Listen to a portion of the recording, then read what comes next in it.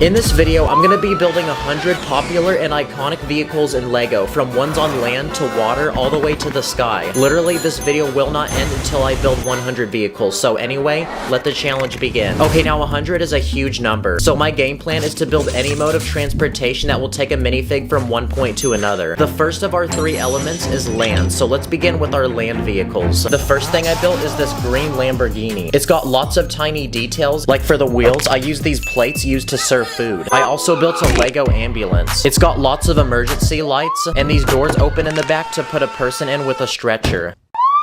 I also built this Lego school bus that can fit several children, and this Lego semi-truck, which has an attachable storage unit with lots of space to put things.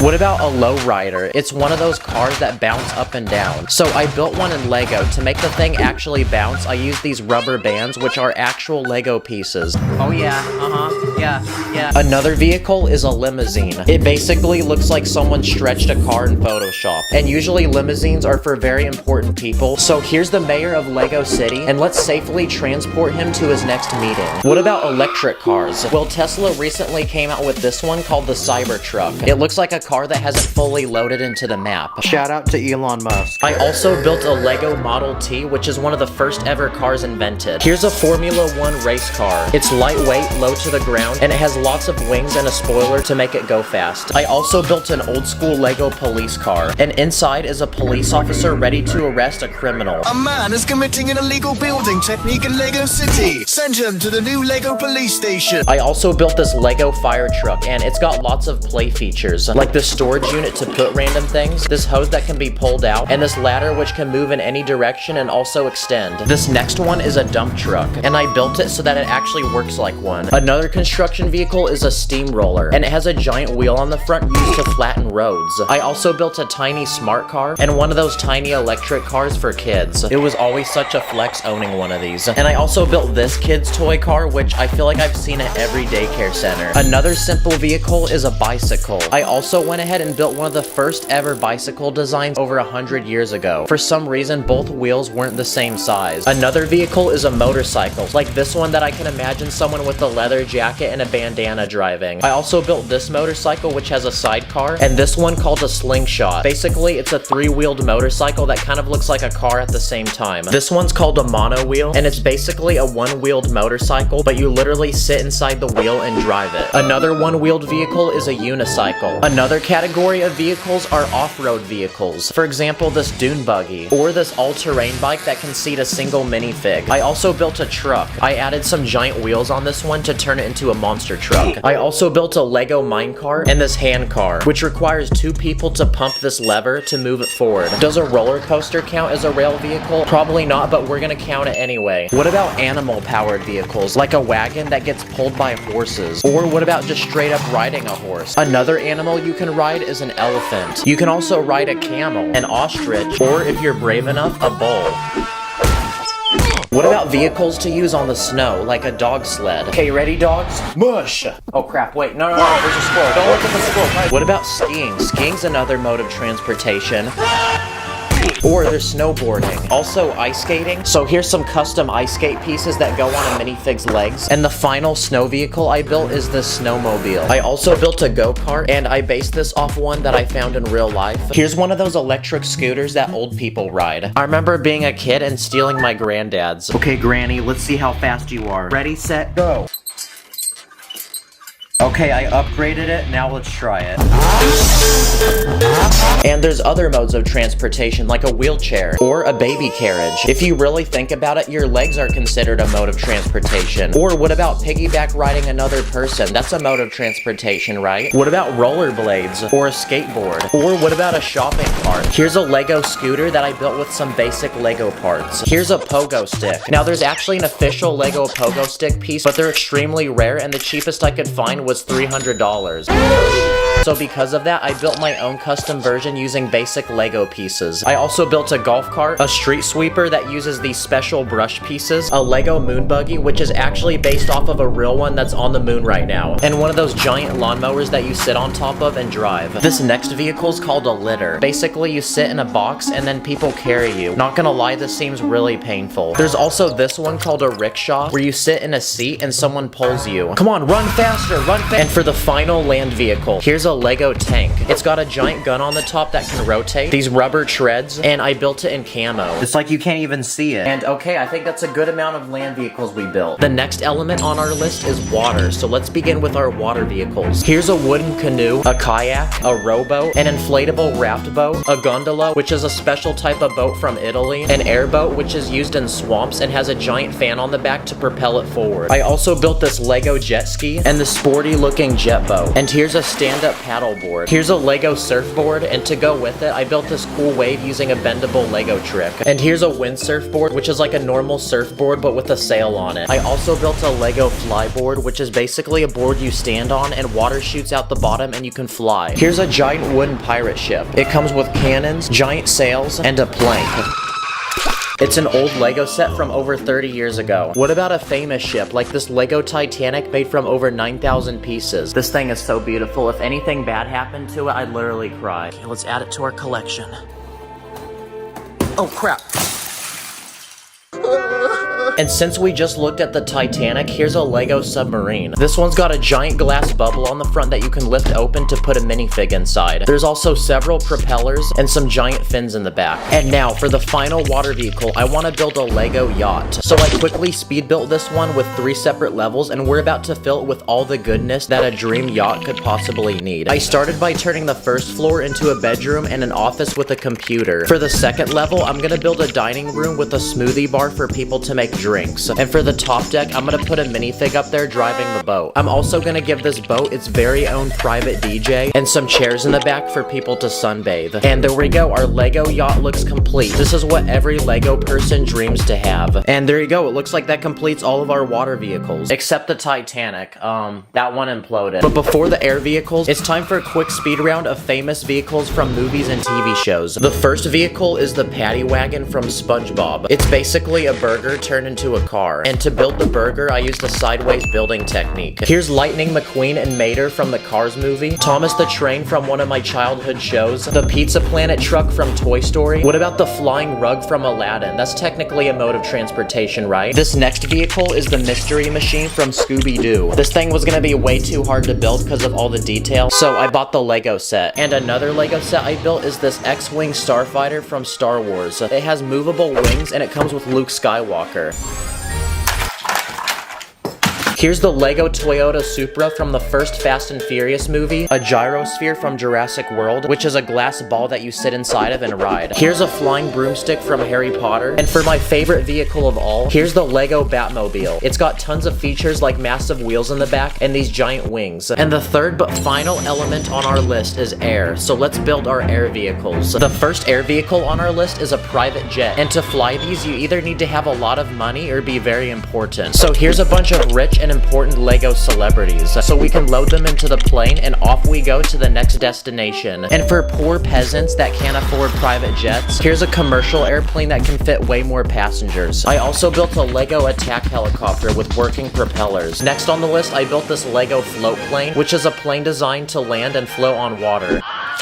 Another air vehicle is a biplane, which is basically a plane with 2 wings. Here's a Lego paraglider, and to build it, I used this satisfying bendable wall design. I also built a Lego hang glider, a jetpack that can go on a minifig, and an umbrella. I don't know, I've seen people fly with these in the movies. Also, here's a hot air balloon. It's also one of the first air vehicles ever invented. This next vehicle is a UFO. It's got a tiny cockpit to seat an alien, and there's a hole on the bottom to suck up humans. Here's one of those human-sized drones that people actually use to fly. There's an official Lego drone piece, but I want to make a larger version so I could put a minifig on top. I also built this Lego fighter jet that you'd see in the military. It's very tactical looking. It even comes with rockets. And for the final air vehicle, I built this Lego space shuttle. It's got several rockets in the back and adjustable wings. And now that our 100th vehicle is finally complete, the time has come to combine them all together. Let's go!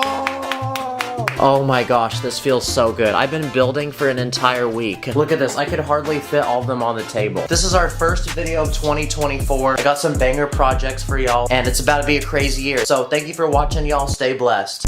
My heart's like a Lego set, please don't break it. I don't like mega blocks, please don't fake it. Everything is lit, yeah, everything is awesome. I build illegal tricks, yo, and we never stopping. Today, I'm gonna test over 40 quick and easy unexpected ways to use Lego in the real world. So anyway, let's go. For this first trick, I'm gonna build a working Lego whistle. And all you need to do is take 4 round bricks with a hole and stack them together.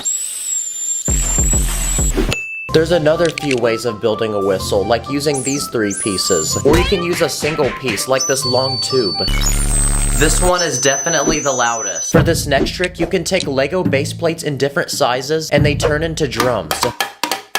Each base plate makes a different sound, and to build the drumsticks, I took Lego poles and put round bricks on the end. Also, if you build a tiny box in Lego, fill it with studs and close it up, you can shake it and it turns into an egg shaker. You can also use Lego to build simple accessories, like this simple wallet with the space inside to put money, and this money sign to flex on people. Or you can build a fancier wallet, like this one, which opens up and inside is a fine collection of Lego diamonds, Lego money, and Lego game studs. Wow, after looking at this, I truly believe that flexing has reached its peak. If you have Lego chain pieces, you can connect them together and wrap them around your neck, and now you look iced out because you have a fresh looking chain. But if you want to unlock even more drip, you can add something on the end of the chain like a minifig. If you have string or dental floss, you can use any Lego pieces with a hole as beads to build something like a bracelet. You can also use any colors to customize it the way you want it. Or if you don't have the right pieces, you can build a simpler one like this bracelet, which uses chains. Or you can build something like this satchel, which opens up so you can put different items inside, and using some rope you can actually wear it. Another thing you can do with Lego is build small playable mini games like this Lego tic-tac-toe board, or the simple ring toss game where I set up different targets labeled with different colors to indicate how many points you get. You can also build a simple game of bowling, like this one, which uses minifigs as the bowling pins, and I built this tiny round ball to bowl with. Another thing you can build with Lego are hygiene items, like this comb that can actually brush your hair. To build it, I took these bricks with holes on the side and filled them with these bar pieces. But there's other ways of building a comb, like this one, which only uses plates, or this one, which uses these Technic pins. Now, I was digging through my Lego pieces and found this fuzzy brush piece, which comes in a car wash set. So for this next hack, I'm gonna put it on the end of a stick and see if I can use it as a toothbrush. Wow, it actually works. And there's other ways you can use this brush, like you can use it to clean off dusty Lego sets. Another thing you can do with Lego is build sport items. For example, if you take a Lego base plate and build a handle, you can use it as a ping pong paddle. Or if you have enough Lego string, you can combine it together to build a working jump rope. Oh my gosh, I'm tired now. For this next round of Lego items, we're gonna look at things you can use to eat with, like this small Lego plate that you can put food on. And to eat our food, I built a bunch of Lego utensils, and we're gonna test to see if they work, starting with the fork. Yup. Another essential utensil to eat with is a spoon. So I built one in Lego using a dish piece, and finally I built this Lego knife using plates, so let's test that. Wow, that was really trash, but at least it got the job done. Another popular utensil are chopsticks, so I built these ones using long Technic rods. I also built this working Lego drink cup, and to build the actual cup for the liquid, I'm using this clear dome piece. Quite exquisite. I also built this simple Lego drink mixer using long rods and these overlapping plates at the end to mix the drink. And finally, if you take any hollow tube piece, you can use it as a straw to drink, like this very thin one, or this tube which we used as a whistle earlier.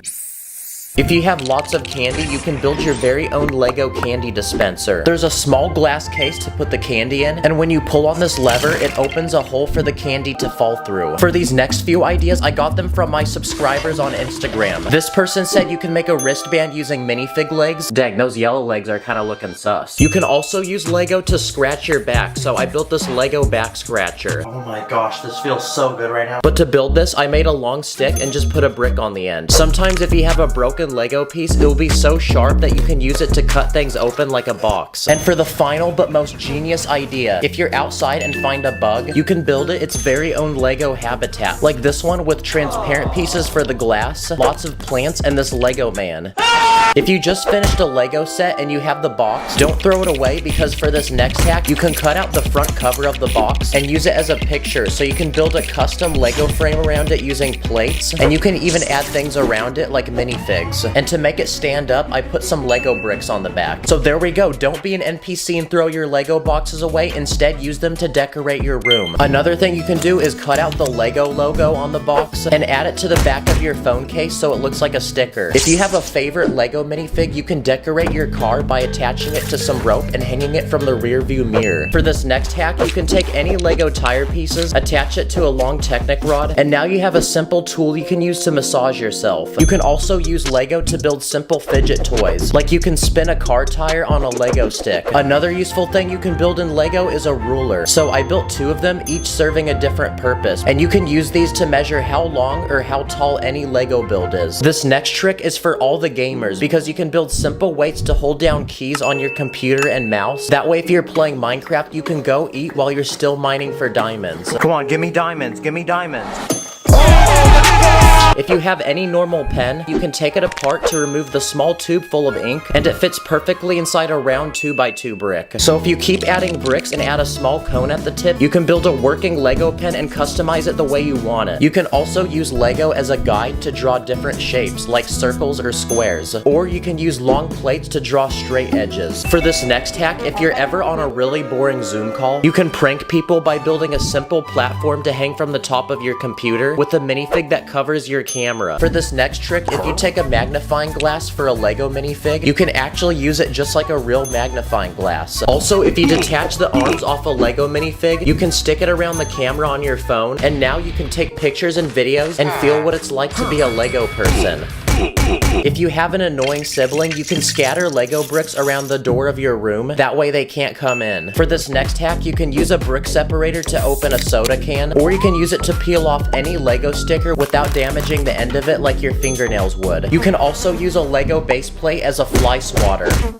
There's lots of other ways to use Lego, like you can build dice and label it with a dry erase marker, or using 2 plates you can build a coin flipper. If you have a cable lying around, you can build a simple Lego tool, and you can latch the ends to tie it together and keep it organized. You can also use Lego to build a simple phone stand that you can also use as a tripod to take pictures. This is a special rubber Lego piece that's flexible, and you can use it for many things like an eraser, or you can use it to build something simple like a working bag clipper. That way your snacks don't go bad. For this next hack, if you build a long stick in Lego and customize the end of it, and you can use it as a bookmark. This next item I built is a working Lego safe. When you try opening it, the door is locked, but only when you turn this knob, the door will actually open. If you look from the inside, you'll see that I'm using a very simple lock mechanism. If you're ever looking for other ways to hide your money, you can hide it in a Lego set, like this airplane. And for this final hack, I noticed that Lego base plates are very slippery on the bottom, so using that science, I'm gonna attempt to use Lego to build a working snowboard. So I took 3 large base plates and connected them together, adding some detail. But there's actually no snow where I live, so I'm gonna have to go somewhere that has it. And now we can finally test to see if this thing works.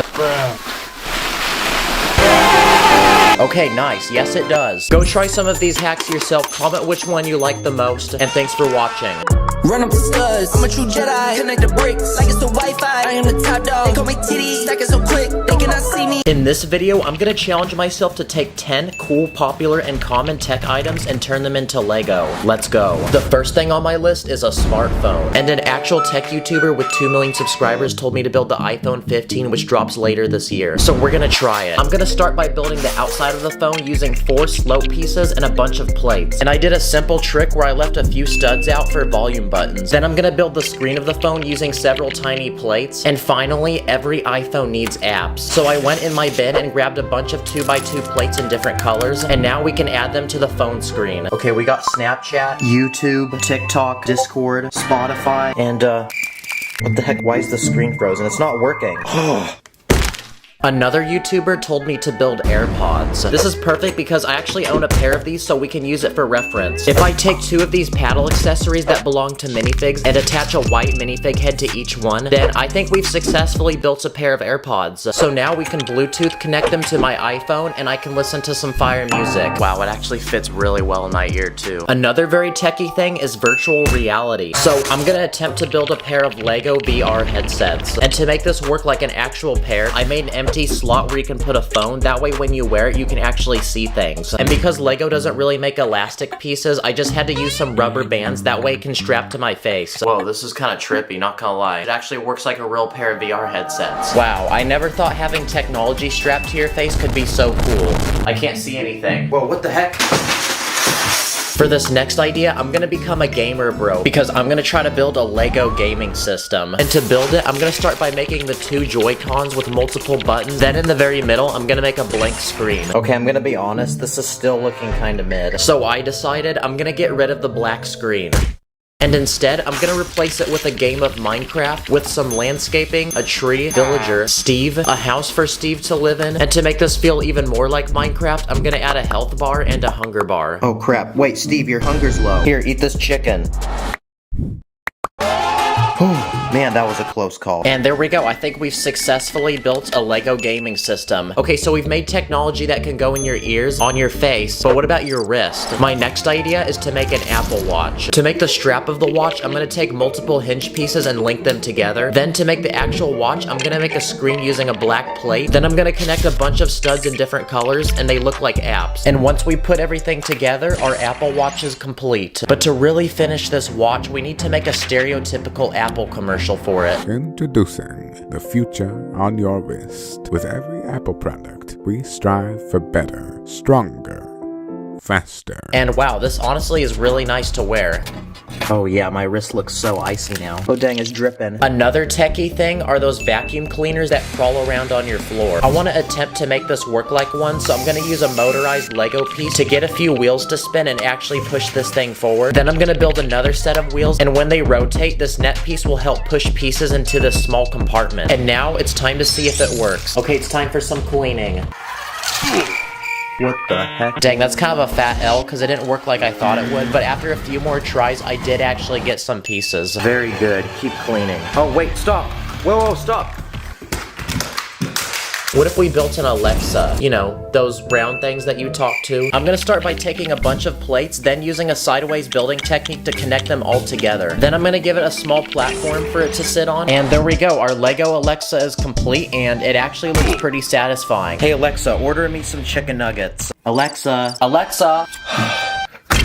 Yeah, I like Siri better anyway. For this next round, I'm gonna go to a major tech store in my town and see what we can make in Lego. Ooh, what about a battery? This one should be pretty easy. I just need to make a thin cylinder out of round pieces. What about a blender? Okay, this one's gonna be more challenging because I actually want it to work like a blender. So I'm gonna put this motorized Lego piece on the bottom, and on top, I'm gonna build a cup where you're supposed to put the ingredients. Okay, it's time to put this thing to the test. Let's try blending some fruit. Wow, this thing actually works like a real blender. I went ahead and also tried blending money, the AirPods I made earlier, and studs, but I ended up putting in too many.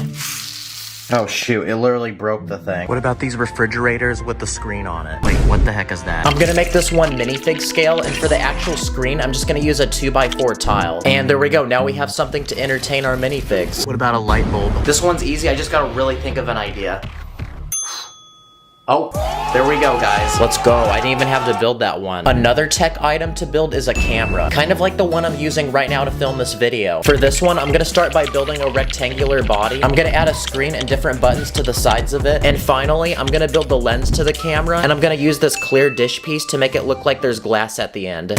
And there we go, our Lego camera is looking like a W. Now we just built a camera, but what about a camera that can fly? Next up on my list is a Lego drone. I'm gonna start by taking random pieces and trying to figure out a stereotypical looking body for a drone. Once I do that, I'm gonna build a camera to put on the front of the drone. Then I'm gonna build 4 arms that attach to the body at different angles. And at the end of each arm, I'm gonna attach a propeller. And wow, honestly, at a distance, I think this thing could actually look like a real drone. But sadly, I don't know how I'm gonna get it to fly like one. Oh crap, it hit a tree. Another techie thing are electric cars. So what if we built a Lego Tesla? They're very simple cars and they kind of look like they're from the future, so I'm gonna grab a bunch of random pieces and try to speed build this thing.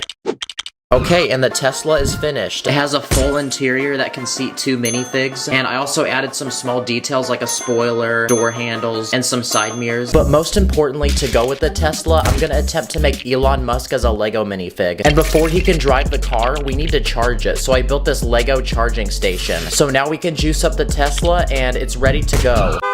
And since almost every big YouTuber seems to give away a Tesla, I'm gonna give away this Tesla to a random subscriber. So follow me on Instagram and message me that you want it, and I'm gonna pick the winner in the next video. Another popular tech item is a PlayStation 5. This one's gonna be pretty massive, so we're gonna need a lot of Lego pieces, and I'm gonna start by building the console. Okay, the way this thing is shaped is so confusing, but after a few hours of building, I think I got the right design for the panels on the side. I then went ahead and built the middle section using a sideways building technique to make it look black from the outside, and connecting everything together, the console was finished and it actually looked a lot better than I thought it would. I then went ahead and built the controller using a bunch of angled plates and tiny pieces for buttons and joysticks. And there we go, I think we've successfully built a PlayStation 5 in Lego. Okay, the final but biggest tech item I want to make is a complete gaming PC setup. This is going to be really challenging because there's a lot of stuff we're going to have to build, so I'm going to start with a gaming keyboard by making a thin base and building a bunch of colorful keys so it really looks like something you can game on. So all we have to do now is just connect them to the keyboard. Not gonna lie, this is looking kind of satisfying. Next, I'm gonna build a gaming mouse. So I used a ton of smooth pieces, that way it really looks and feels like one. Nice, I'm starting to feel like a sweaty gamer now. Now I'm gonna build the actual gaming PC, which is gonna be super large. So I started with the box for the outside, then I built random electronics to go inside of it, like a motherboard with RAM and a GPU and 2 tiny fans. Finally, I'm gonna cover the side with glass, that way we can still look inside. And the PC tower is finished and it's pretty massive. And for the last item to our setup, I'm gonna build a single monitor using a few base plates and a bunch of tiles. But the issue is that there's currently nothing displayed and nothing we can play. So what if we ran up a quick game of Roblox? Or if we're not feeling that, maybe we can try something like Fortnite. But most importantly, we need to test the screen's durability. So like every sweaty gamer, I'm gonna rage quit and punch it. Wow, that really didn't last very long, but thankfully it's not a real screen. And there we go. Now it is time to combine all the tech items we made in this video together.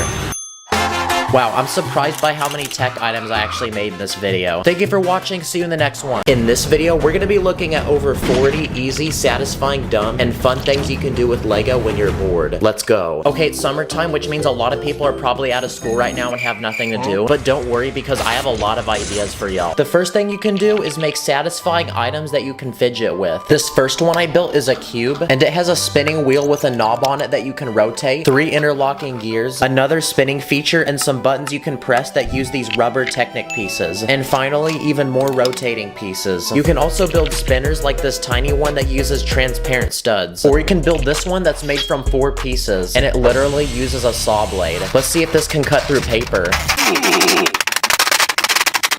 Okay, that took like 50 attempts, but yes we can. Another satisfying thing is taking a long Technic pole and sliding a bunch of these hollow cylinders through it. Or you can make a button by taking one of these rubber spring pieces and attaching it to the bottom of a hole that you put a large cylinder on top of. And just like that, you can start pressing it. This next item uses 4 pieces, and it uses a satisfying sliding mechanism. This next one I randomly came up with. Pretty much it's a rotating bar that you can spin between your fingers. This next item requires some sort of string or chain, and pretty much you can make some mini nunchucks you can spin around your hand, and it's kind of satisfying. You can also take a tiny box, fill it with studs, then when you tilt it, you can watch the studs move around. You can also build another satisfying mechanism that does this. Okay, here we go. Oh my gosh, this is so satisfying. Oh yeah. Yeah! In almost every store I go to, I see these fidget toys, and pretty much they're a bunch of random bubbles that you're supposed to pop with your fingers. So I'm gonna remake one of these with Lego and see if these things are as good as people say or if they're overrated. Oh wow, that's kind of nice. I can see why people like these, honestly. Another popular item I see are these pin art boards, and pretty much you can put any object underneath them, and the pins will form into the shape of the object. So I'm gonna make one in Lego. For the boards, I'm gonna use these Technic bricks, and inside each hole, I'm gonna put one of these pins. Okay, here we go. Wow, look at how perfectly flush that is. Oh my gosh, oh this is so nice. I could do this for hours. Oh And finally, I built one more mechanism using these long Technic pieces, and let's see what it does. Okay, here we go. Wow, I love science. Another thing you can do when you're bored is mess around with your Lego sets. The first thing you can do is upgrade them. Here's a $5 Lego Minecraft set that's made from 45 pieces, but I'm gonna unleash my inner master builder because I'm gonna improve this set by making it look more like a cave, and I'm even gonna add a few features like a waterfall. And also the diamond block still explodes. Another thing you can do with Lego sets is add things to them. This next Lego set I bought costed $60 and it has 808 pieces. Pretty much it's a tiny house with a family living in it, and there's even an interior. But I'm gonna channel my inner Emmett because I'm gonna add even more stuff to this house, like a garage on the side with a working door. We can also add a car to go inside, and I'm also gonna add a basketball hoop so we can score some threes, a sidewalk, skateboard, and finally I'm gonna build a custom tree to add on the side of the house. Nice, this house is looking so much better now. Also, when you finish a Lego set, you're given a bunch of extra pieces, and another thing you can do is try to build things with them. Like I made these potted plants, a dead plant, this flashlight, a cupcake, a candle, bowl of soup. I used the disposable piece to hold wands for one of those things you put on your house that tell you which way the wind is blowing. And finally, I also made a gun. At the store, you can also find these tiny bags that have a random minifig in them. Let's see what we got. Okay, it looks like we got some sort of zookeeper that comes with a koala. But another thing you can do is take the minifig and build a Lego creation for it. So I went ahead and built a tiny exhibit where the koala can hang from a tree branch. Okay, it's time for a quick speed round of ideas. So I went to Instagram to hear what you guys do when you're bored with Lego, and we actually had a lot of responses. One of you said to put Lego on a speaker while playing music. Wait for the beat drop. Let's add water. Okay, not gonna lie, that was kinda nice. Another thing you can do is build a catapult to launch minifigs off of. Oh yeah, buckets. Someone said you can build a phone stand to watch movies on. This one only took a few Lego pieces, and it actually works really well. You can also take a base plate and fill it with tiles and bricks to make custom images, like this Minecraft villager. Someone also said you can take minifig heads and stack them to make a giant wall. Low-key, this is kind of creepy. Now, there's a lot of tricks you can do with non-Lego items. For example, tape. If you take a base plate, tape the back of it, then you can stick it to your wall and fill it with minifigs. And yeah, this is a really cheap and easy way to display them. For this next idea, we're gonna need a Lego helicopter. Build a helicopter. Because if you take some sort of flying vehicle, you can use tape and string to attach it to a ceiling or door frame. Now it looks like it's flying, and that's pretty cool. Look, I even attached it to my ceiling fan. Whoa, whoa. Hey, whoa, stop. Wait, no, don't do that. Also, if you take dental floss, you can tie it between two objects and make a massive zip line for a minifig. You can also take a plastic bag, attach a minifig to it, and just like that, if you throw it from your window, it acts as a parachute. If you have a rubber band, you can use it to make a working Lego gun that shoots them. And I think I found a simple mechanism that will work. And okay, that actually works pretty nice. Okay, it's time for another speed round of ideas. You can try to build yourself as a Lego minifig. That doesn't really look anything like me, but I tried. You can also take Lego brick separators and put eyeballs on them. Or if you take a magnifying glass and hold it above a minifig in the sun, you can summon a powerful beam of light that will burn through it. Okay, that only took like 5 minutes and it already burnt the side of his head. Okay, round 2, here we go. Don't do this at home, by the way. And this second beam was so powerful that it literally burnt through the entire minifig. You can also take a Lego cup for minifigs and then fill it with actual water. Now your minifigs can drink that water and stay hydrated. Give me that. Bruh. And finally, you can make a Lego bird feeder. This one has a large bowl to put the food in. Then I added a restaurant with a chef because just like this guy can cook bussin' food and feed other Lego minifigs, I'm about to feed some birds. So now we can fill it up with bird food, take it outside, then see if we get any birds to come. And after a few hours of patiently waiting, one finally showed up. Dang, bro is for real the biggest bird. Another fun thing you can do with Lego requires you to have a camera. Pretty much if you take a photo of a minifig, move it, then take another picture, then keep repeating that, you have a bunch of photos back to back that if you go through really fast, it looks like the minifig has come alive. If you have clear pieces, you can use them to make a Lego character look like it's flying. You can also use them to make water look like it's moving. And if you take a Lego car, move the wheels, and move random objects across the screen each frame, it looks like the car's actually in motion. You can also cut a Lego brick in half. Nice. When you're bored, you can also make your own Lego games. For the first game, if you make a bunch of smooth-looking bricks, then you can stack them to make a giant Jenga tower. Let's see how many blocks I can take off before it falls. No. Or you can use the same blocks for dominoes. This next game is also a tower, but it's hollow and you're supposed to put a brick in it. Pretty much you slap this plate on the side, then you try to see how high you can make the brick go. Let's put a minifig in it. Another simple item you can build is the spinner that selects one of 4 random colors. This next game is pretty simple and easy because all you need is a base plate, some bricks, and a tiny ball. Because you can make your very own maze that requires gravity to get the ball out. I also spent 3 hours trying to design an accurate Rubik's Cube, and I based it off of the diagrams I saw online. So let's see if my project actually works. Honestly, I'm no engineer, but I have a good feeling this is gonna work.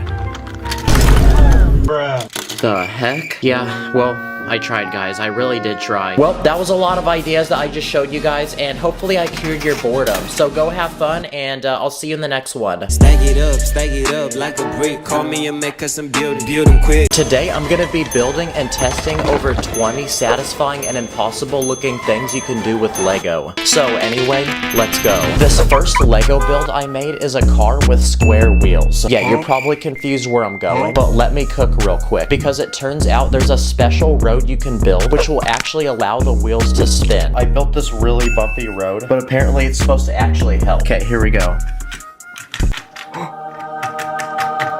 Oh my gosh. Holy crap, that is so satisfying. I did not expect that to actually work. Like the video if we should make cars like this. For this next Lego build, we're gonna need lots of gears, but these ones are special because they can actually interlock at different angles. So because of that, I'm gonna attempt to build an entire ball out of them. Okay, this thing looks cool, but it's gonna be even cooler if it works, so let's try it. Oh my gosh, that is so satisfying. This would make a great fidget toy if you're bored. Okay, I have this special cup that's actually designed to connect with Lego because it actually has Lego pieces surrounding it. So I went ahead and used it to make this special build, which makes the cup look like it's pouring water and floating. So to build the water pouring from the cup, I used these blue Lego pieces, and I found a way to put the cup on the top so it's balancing. Okay, on to the next build. Okay, now if you take a bunch of Lego bricks and stack them, you can twist them to build a giant spiral. So using this trick, I went ahead and built this satisfying giant sample of DNA, which uses these red bricks and these round bricks in different colors. Nice, this looks like something I'd see out of a science textbook. Another thing you can do with bricks is build a giant line out of them until it actually becomes flexible. Let's see if we can put it in a circle. Yes, let's freaking go. It actually works. This feels so illegal right now, guys. It also makes a nice piece of jewelry on my neck. For this next Lego build, you'll need lots of these special Technic pieces with holes, because if you crisscross a bunch of them together, you can build this satisfying springy thing. Nice, this reminds me of those lifts they use in construction. This next Lego build looks like a boring square, but if you pull up on the very middle, it magically turns into a giant pyramid. So to build it, I made squares in different sizes that all connect and slide together. For this Lego build, I made a giant cube, but inside the cube are other cubes. So basically, it seems to never end. I also built this Lego cube, but it's special because it uses hinges to actually rotate and turn into different shapes. But no matter how many times you rotate it, it will always turn back into a cube. So basically, it goes in an infinite loop. Wow, it literally doesn't end, guys. It feels like an unskippable ad. This next Lego build is impossible, but in a different way, because it's impossible to take apart. Both of these red pieces hold this orange piece in, and I literally can't remove them. Okay, now Lego makes these special plates, which are triangles. So using enough of these pieces, I went ahead and built an entire ball out of them, which has 20 sides on it. Let's see if we can use this as a basketball. All right, here we go. Bruh. Oh shoot. Crap.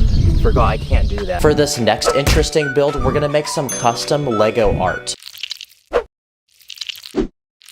So I went ahead and added different colors of Lego to this base plate in different lengths, which make it look like paint that's dripping down a canvas. And if you ever build something like this, it'll make a great piece of art in your room. Another thing you can do with Lego is create interesting 3D shapes, like this one, which I made out of pentagons, to create this interesting 20-sided ball. Nice, this would make a great decoration for my room. You can even build some simpler shapes, like this tiny pyramid. This next impossible looking Lego build is actually a single piece that my friend 3D printed. And it's this giant ball that has studs surrounding it, which means you can actually connect Lego to it. Also, this confuses my brain. For this next build, you can take 6 tiny plates and you can fit them between each other to build this interesting looking shape, which looks like some fancy expensive piece of art. It's also illegal, so just watch out for the cops.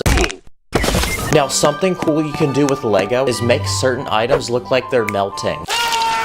For example, I made this minifigure look like it's melting, and to do it, I used these smooth tiles. I even used that technique to build this chocolate bar, which looks like it's melting. Mr. Beast would not approve of this. Nope. This next Lego build is gonna require some very genius engineering, and it's this very interesting rotating L-shaped mechanism. Apparently, this is supposed to actually turn, so let's try it. Wow, whoever invented this needs to be accepted into Harvard. For these next few builds, we're gonna look at simple illusions you can make with Lego, like this one I made from black and white bricks to create this interesting, confusing pattern. I feel like I'm gonna get a headache looking at this. I also built this illusion, which uses black and white checkers that are separated into rows by these thin lines, but if you look closely, you'll notice the lines for some reason don't look straight. So if you have OCD, I'd suggest that you look away right now. I also built this Lego triangle that seems to connect in an endless loop and looks extremely illegal, but before you call the cops, it turns out that it only looks that way because the angle you're looking at it from. I even did the same thing with this Lego staircase, which seems to infinitely go up. So if you're a Lego minifigure, never use these stairs. But it turns out it's actually not connected at all, but they appear to be depending on how you look at them. This next Lego build is a sign that says no, but if you look at it from a different angle, it will say yes. Nope. Nope. And it's actually a really simple trick to do this because I actually hid certain letters behind other letters. That way you can't actually see it. For this next Lego build, I made this wall full of Lego bricks that look like they're magically floating. And nope, I'm not using hacks because it turns out I use these special clear pieces that hold the bricks at a certain angle. Nice. This looks like an expensive piece of art that I'd see in a museum. I also made this floating Lego build, which uses tiny squares to create this satisfying shape. But if you turn it around, you'll notice I actually use transparent pieces behind the build to hold them up. For this next Lego build, I made a cube and a ball that appeared to be magically glitching through each other. And it looks super confusing, but it turns out I actually built part of the cube around the ball. Another Lego build I made is this confusing looking cube that appears to be floating, and the edges don't seem connected. But it turns out I actually made it from one single piece that's built at different angles. This next idea is gonna require a minifigure, because if you stack a bunch of tiny plates, you can then put it behind the minifigure to make it look like it's running extremely fast. Like the video if you think this guy should compete in the Olympics. Another thing you can do with minifigures is make them shrink. But it turns out to do this, I just move the person back, which makes them look smaller. For this next Lego build, we're gonna need a lot of these special bricks that have studs on the side, because I use them to build this giant Lego cube that will allow us to build in any direction we could possibly want. So using this, I made an impossible looking cube that appears to be made from different layers that are floating, and they appear to get bigger as you move outward. And now, for this final Lego trick, you'll need a Lego net piece, because you can use it to make this satisfying Lego build that is actually flexible and can bend. So now that we've discovered this trick, I'm gonna combine every Lego net that I own to build one giant flexible surface in Lego. Okay, this took forever to build, so this better work. Oh my gosh, look at that. Wow, that was actually worth it. This looks like that one fish from Finding Nemo. So using this build, I made a small Lego ocean where we can simulate realistic waves. Okay, now time to simulate a tsunami. Nice. Comment your favorite Lego build. Thanks for watching, and I'll catch you in the next one. Purple studs in my bank account, run up the digits, counting up the Lego money like Lord business. Always with my minifigs, I'm with the crew, master spins jitsu, call me say woo. For the next 24 hours, I'm gonna challenge myself to make super tiny things in Lego, starting with over 50 simple ideas to a full-on city. So anyway, let the challenge begin. Okay, now I know Lego alone is really small, but we're gonna have to make it even smaller. So something like the ship in a bottle set won't work, chief, but something like this Lego bottle with a tiny ship printed on it, now that's crack-a-lackin'. Because of that, we're gonna need super small pieces because they contain a lot of detail in a small amount of space. So it looks like we won't be needing these big and chunky pieces. Because of that, I went digging through my bins to find random tiny pieces and then try to find ways to use them. What can we do with a brush? Well, it has a lot of texture on it, and if you lay it upwards, it kind of looks like a tree that you'd find in the fall. What about a book? It can open at different angles, so it kind of looks like a tent if you place it down. Okay, now it's time to really challenge myself. What can I do with the banana? Well, aside from feeding it to my minifigs, after like an hour of thinking, I realized it kind of looks like a water slide, I guess. What about one of these transparent domes? It reminds me of one of those like force fields that go around those cities on like a different planet where aliens live. This is what living on Mars will be like. These are candlestick pieces, and they kind of look like columns on a building, but if you take these railing pieces, they also kind of look like columns on a building. Oh, what's up, Yoda? Also, if you take one of these lifeguard floaties, lay it down, and then put 2 studs inside of it, it looks like a little boat full of people. And for my favorite build, call me a genius for this one, I used hot dogs to make a roller coaster. Lego, hire me right now. Okay, now it's time to think fast. I set my timer for 5 hours and challenged myself to see what I could make. Okay, so first off, I wanted to see how I could make a single tree in Lego. Well, your boy kind of overdid it a little bit and made 26 of them. This kind of looks like the Amazon rainforest. This tree is the tiniest and is literally just a stud. This next tree uses a green cone piece. This one has a blade. Here's a tree that uses 1 bar and 2 leaves. These 2 both use flower stems. And for this one, I took 3 stems and placed them upside down. This one uses round plates. These 3 all use a sideways building technique. More studded trees. These ones have plates and bricks at angles. Here's a dead tree that uses 2 minifigure hands and a carrot stem. And this one's supposed to look like a Japanese blossom tree, and I just used a pink ice cream piece for it. This tree got absolutely destroyed. Here's a slightly different palm tree and another palm tree. Another tiny tree. Acacia tree, just like this one. Then if you grab a chicken, make it lay an egg, then it looks like a tree covered in snow. My ears hurt now from all those dings, and I think I'm definitely good looking at trees now. Ow, ow, ow, okay, please stop. Okay, so our next category is transportation, so I went to Google and searched up every vehicle possible and just made a bunch of them. Starting with this tractor. This thing only took 12 pieces to make. To my surprise, a baby stroller is considered a vehicle. Huh? Not sure how, but I made one in Lego anyway. Your boy's about to get so many speeding tickets.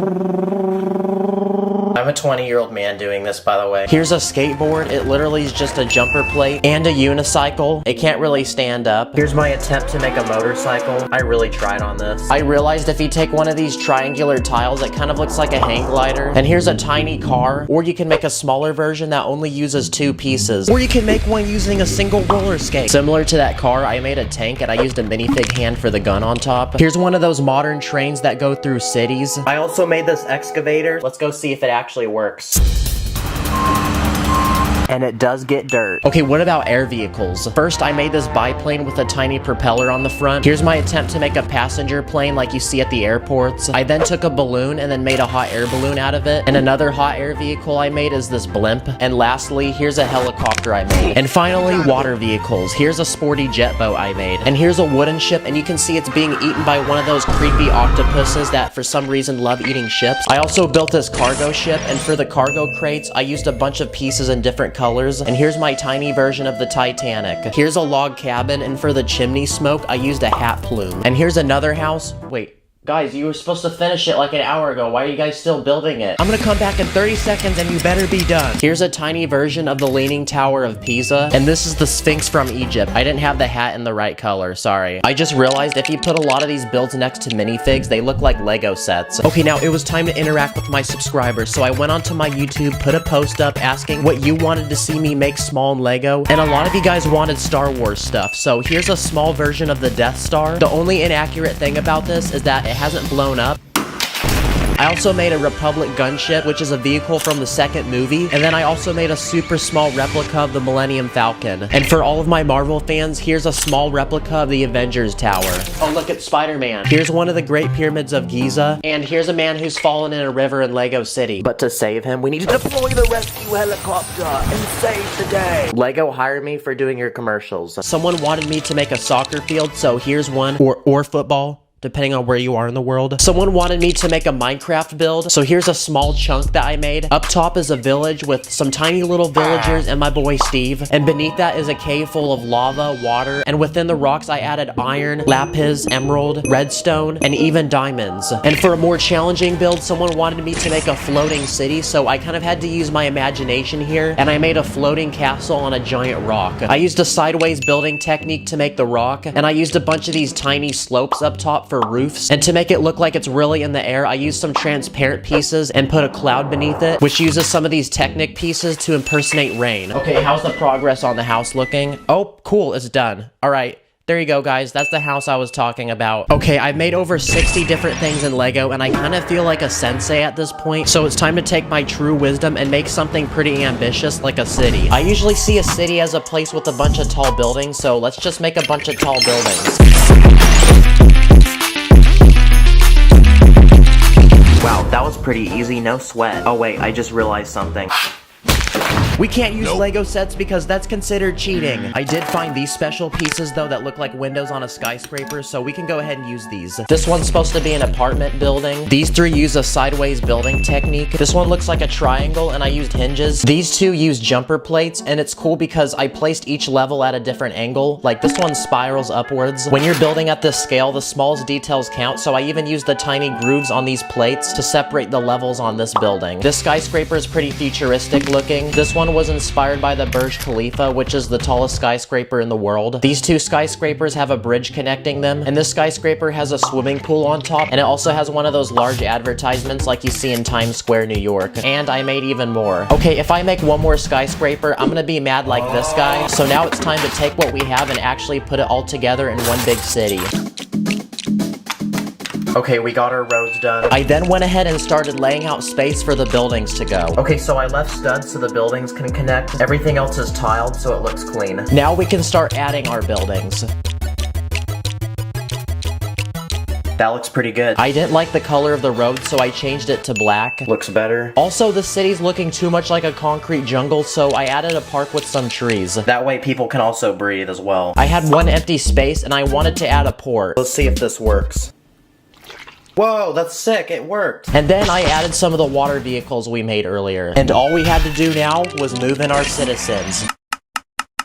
And just like that, our city is complete and our citizens are happy. Oh, come on, man. Can we go 5 minutes without falling into a river? What did I learn from this challenge? Well, I used to think that building small was boring as heck, but even with just a few small pieces, you can still be creative and design beautiful things in Lego. Wow, that's so powerful. I'm about to cry. No, I'm just kidding, guys. Next video, I'm becoming a rich person in Lego, so wish me luck. In this video, I'm gonna test over 50 secret illegal ways to build in Lego that you probably never knew were possible. Anyway, let's go. Okay, now what's the entire point of Lego? To build things, right? But what if I told you there's actually secret ways to build in Lego that Lego has never told anyone or never intended? Okay, for this first trick, you could take a plate and stick it between the studs on another plate. And this is illegal because if you do it enough times, the plate will literally bend. But there's different things you can build with this trick, like a ladder. Or you can build a house that looks like it's still being built. Dang, what Lego set is bro building? You can also build police sirens.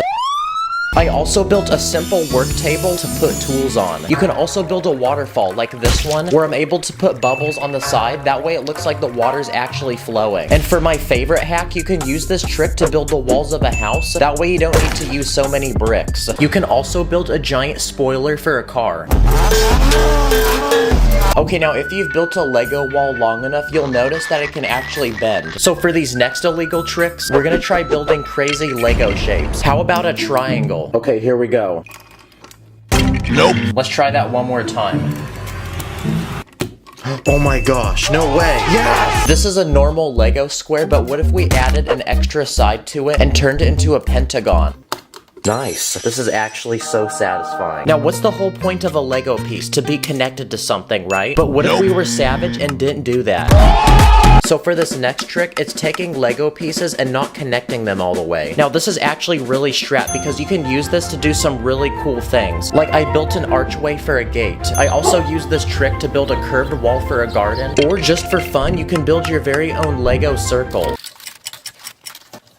Wow, that was actually so satisfying. For these next illegal tricks, we're gonna find ways to put Lego pieces on the opposite way. This first method uses 2 flower pieces. They fit perfectly between 2 bricks. You can make 2 plates face the opposite way if you shove 2 coin pieces between them. For this method, I'm connecting 2 plates using the stick on a lever piece. You can also use Technic pieces, like these pins, or this longer axle that can connect 2 1x1 pieces. For this method, I'm using 2 tiny slopes, and for this method, I'm I'm using 2 panels and I'm squeezing them between the studs on a plate. And for my favorite method, I'm using 2 glass window panels. And these tricks are actually really helpful. Like, I used them to build a round bathtub for a minifig, and I also made this modern looking table. For this next trick, you can take a plate with a clip, and it actually fits inside of a round plate. So if you keep doing this on every corner, it has an interesting shape. So now I can use this as a ninja star. I also used it to build a Lego drone.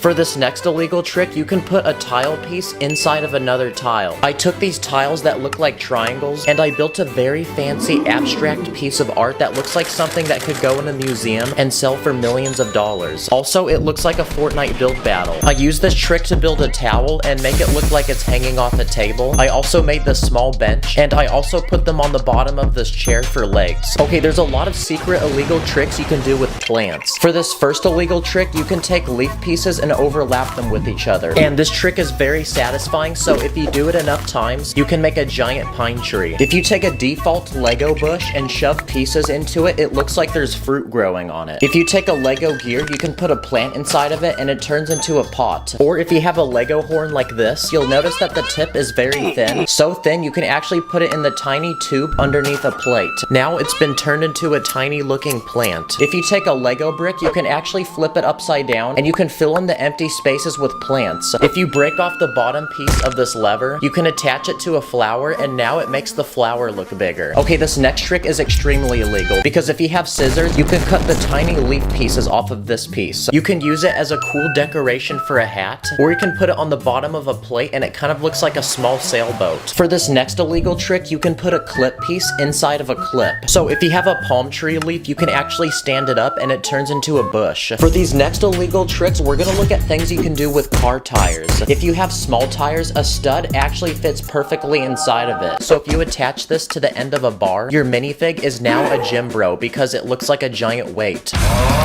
If you have a larger tire piece, it actually fits perfectly around a 2x2 round brick. So it makes a really cool looking pot for a plant. You can also use this trick to build a giant speaker for a party. If you want to turn a sword into a lightsaber, all you need to do is take some transparent bricks and put them over the blade. Now you have the at-home version of a lightsaber. If you put a sword between the leg and torso piece of a minifig, it actually looks like the sword is going through him. You can also put a sword through the ribcage of a skeleton to make it look like this guy died in battle. And for this next illegal trick, this one's actually really satisfying, but you can put a sword inside of a round brick, and it makes an interesting display item. For this next illegal trick, you can take any transparent bricks and you can use them as display cases to put tiny Lego items that fit inside. You can display ancient weapons, guns, a tiny ring, or a rare Charizard Pokemon card. If you have a satellite dish, you can turn it into a different type of dish. So simply flip it upside down and it becomes a dish for food. If you flip a white stud upside down and place it on top of a coffee mug, it looks like there's a drink with cream in it. This next trick is very illegal because if you remove the helmet off a Lego Stormtrooper and place it upside down, it turns into a toilet. Definitely wouldn't want to put the helmet back on my head. This is a Lego coin piece and it's super weird because there's literally no way to connect it to anything. But I discovered if you take 2 of them, it actually fits in the hand of a minifig. If you take the arm off a skeleton, you can use it to build a lamp. This is a Lego whip piece, and there's a small spot on the tip to connect things, so if you put a fish on it, it's now turned into a fishing rod. For this next illegal trick, you can take the handle off a bucket, and you can shove it into a 1x2 brick, and now it becomes a luxurious looking handbag, or you can use it for a drawer handle. For this next secret trick, if you take a rollerblade, you'll find that the tiny wheels can actually connect to things. So I built this tiny looking robot. If you have a Lego torch piece like this, you can flip it upside down and use it as a tripod for a camera. Or if you have a tiny bar piece, you can use it as one of those smaller tripods that vloggers always use. Okay, fun fact, but a Lego brick and a plate fit perfectly on the front of a minifig hand. So using that trick, I built a simple shield using basic parts. Also, if you remove the legs off a minifig, you can replace one leg with a square brick, another with a round brick, and just like that, that's the DIY way of building a Lego pirate leg. Okay, now when you buy a Lego Harry Potter set, they give you these wands, but they come together in this interesting looking mold. But don't remove them yet, because you can use them for some interesting builds. Like, you can use it to build the back of a chair. If you have an instruction booklet you don't need, you can rip off some of the paper, crumple it, and use it as realistic looking trash. Oh wait, is that sacred? Oh, never mind, sorry. If you look at the bottom of a plate, you'll notice tiny holes, but you can still fit pieces inside of them like flames. So I built this small fire pit. This is a Lego window that looks like it's made from wood. It almost looks like a chopping board or a tray to serve food. If you have a larger window piece like this one, you can turn it into one of those futuristic computers you see from the movies. There's a lot of secret tricks you can do with minifig parts. Like, if you detach a minifig's legs, you'll notice they have an interesting shape, so I use them to build the armrest of a couch. Minifig hands are another very useful piece. Like, I used one to build the faucet of a sink. If you clip a hand to a small plate, it looks like a walkie-talkie. Or you can attach hands on a pole, and it turns into a working hat rack that can actually hang hats. Or you can use it to connect two pieces together, like a diamond on the end of a staff. And for these last illegal building tricks, there's a lot of things you can do with food, like ice cream. Now, ice cream can actually stack on top of each other, so you can use ice cream to add smoke to a build, like the smoke coming out of this train. Or if you put a round brick on top, it can move around in different directions. So I used two ice cream pieces to make these palm trees lean over like they're being blown in the wind. If you have a chicken egg, you can flip it upside down, put a small plant piece inside, and the egg has turned into a pot. And these last few tricks involve a hot dog, and I actually thought of a lot of them, like building the stand of a television. I also used a hot dog to build a lamp, those rope barriers that you see in a museum. And for this final trick, I discovered that the tip of a hot dog can fit on the bottom of a plate, so I used it to build this relaxing bench you'd find in a park. Wow, after all those illegal tricks, the cops have pulled up and we have a 5-star wanted level. Subscribe or your next haircut will look like this. Thanks for watching, see you in the next one. On my minifigs, put your plastic up in the air. We be cruising to the city like we just don't care. We be running up the Lego money like an ATM. I be dripping with the Lego wash, catch me with the bands. In this video, we're gonna look at close to 100 cool, smart, and easy Lego hacks that you can do in 1 minute or less. Anyway, let's go. Okay, so for these first couple hacks, I'm gonna cop a Lego set. But surprisingly, they have nothing to do with the actual set. Instead, we're gonna look at the packaging. The first thing you can do is take the box and turn it into a storage bin for Lego pieces.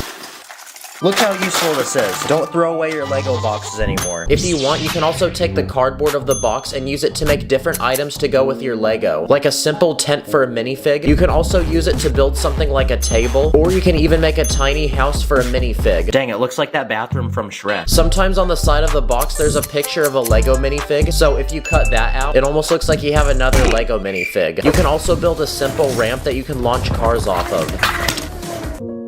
See, look at everything we did just from that one box. And aside from the box, there's other hacks you can do with the bags. Like, for example, you can use it to make an icy looking surface, or you can use it to make the surface of water. Okay, so for this next round of hacks, we're gonna look at cool, smart, and easy ways to use different Lego pieces in ways you probably didn't know. This first piece is a curved wall panel, and if you lay it sideways, you could actually fill it with water and turn it into something like a bathtub. Or if you put a tiny slope piece above water, it looks like there's a shark underneath the water and it's about to attack someone. If you take this yellow crystal piece, you can use it to make French fries. I'm loving it. Or if you take this Lego scrub hat, it looks like a giant dumpling. Another useful Lego piece is a broken eggshell. And because of its interesting, unique shape, you can use it to build something like a beautiful flower. If you have transparent orange pieces, you can actually spread them around a build to make lava. So here's a tiny living room where the floor is covered in it, kind of like what I imagined in my childhood. If you have these palm leaves, instead of turning them into a tree, you can actually use them to make the roof of a building. Like I built this tropical one that you'd probably see on the beach. If you have a grill piece, you can use it to make other Lego pieces stand up. Like this fish that now looks like it's jumping out of water, or these glass pieces to make a window. If you have this Lego lifesaver piece, you can use it for the rim of a basketball hoop, or you can use it for the lid of a toilet. To go with the toilet, you can use a round brick for toilet paper. You can also make toilet paper using the door of a car. And just to make people angry, I put it the opposite way. Or if you take one of these dome pieces, you can use it for a toilet plunger. If you want to make a window look like it's broken, just scatter a bunch of transparent pieces around it. You can also use them to make objects look like they're flying, like this bird. So here's a small build I made. It's an angry anime person breaking through a wall, and there's debris flying through the air. If you take the hilt of a Lego lightsaber, you can use it to make other minifig accessories, like a flashlight or a candle. For this next hack, you can take a hollow round Technic piece and use it as a cup for a minifig. You can also use flat blue pieces to build something like like a puddle of water. If you take any flat round piece, you can use it as a plate to hold food. This next trick involves Spider-Man, because if you take his string, you can use it to build something like colorful lights for a party. If you pull rim pieces off the wheel of a car, you can use them for burners on a stove. Another piece on vehicles is a steering wheel. Fun fact, the wheel can actually pop off, and you can use it for many things, like the valve on this oxygen tank. You can also take a tiny wheel off a car and place it on a minifig head to look like a headband. Or if you take a car window, you can use it to build something like a small fish tank. These are small tooth pieces, and if you have a winter themed build, you can use them to make tiny icicles. If you have these curved slope pieces, you can actually use it for a loaf of bread. And if you take a window piece with glass in it, you can build a sink that looks like it's full of water. Or if you take a small horn piece, you can put it in a coffee mug and it looks like the drink is warm and there's steam coming out. If you have a larger horn piece like this in brown, you can use it to build the trunk of a tree. Or you can use a brightly colored antenna piece to build something like a laser for a gun. A chain is another useful piece, and if you have two of them, you can build something like a playground swing for a minifig. This next life hack involves a flashlight. Shoot, I can't see. What is that?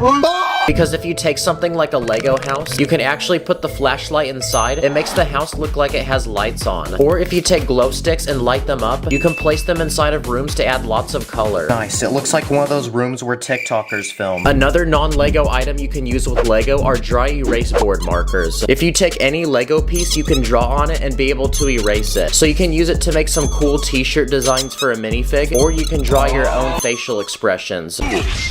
If you take a piece of glass, you can draw on it to make one of those futuristic computers you see from the movies. Or you can just recreate one of those dry erase boards from school. Okay, so for this problem, we have to find the derivative of the square root of...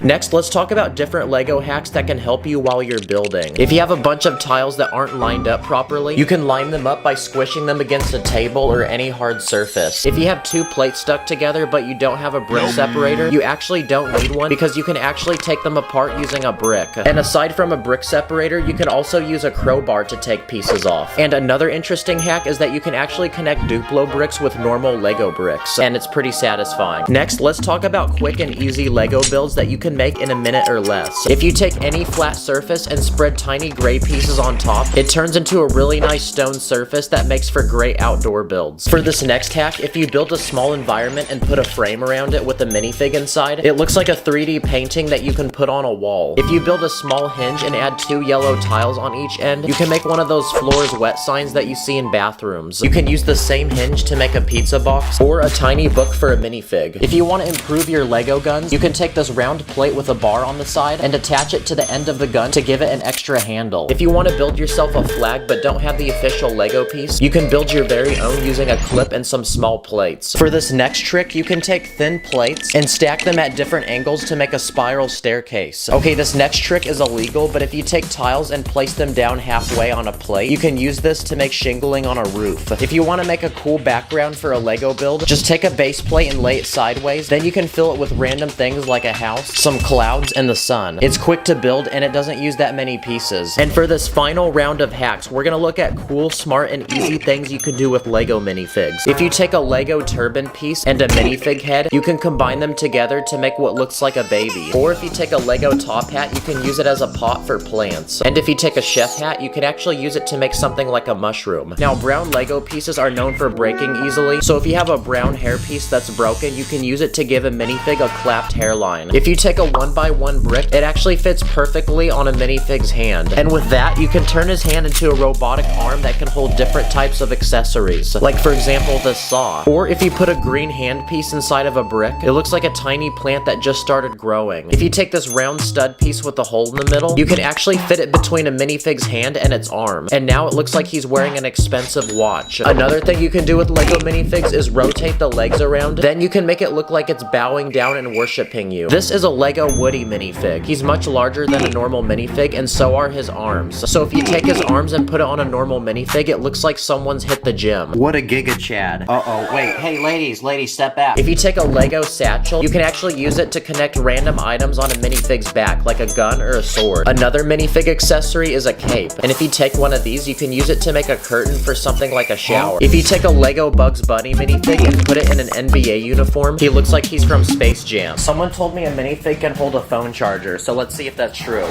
Not sure how this is useful, but that's pretty cool to know. If you take 2 yellow legs and connect it to a hip piece in another color, it looks like underwear. You can also break a Lego minifig into pieces, and it looks like those characters from the Lego games when they die. If you take a transparent minifig head, you can use it to make something like a jar or a lamp. And for this final hack, if you take Lego stud pieces and put them on the back of minifig legs, you can do this. Hey, whoa, chill. Comment what your favorite hack was. Thanks for watching. I'll see you in the next episode.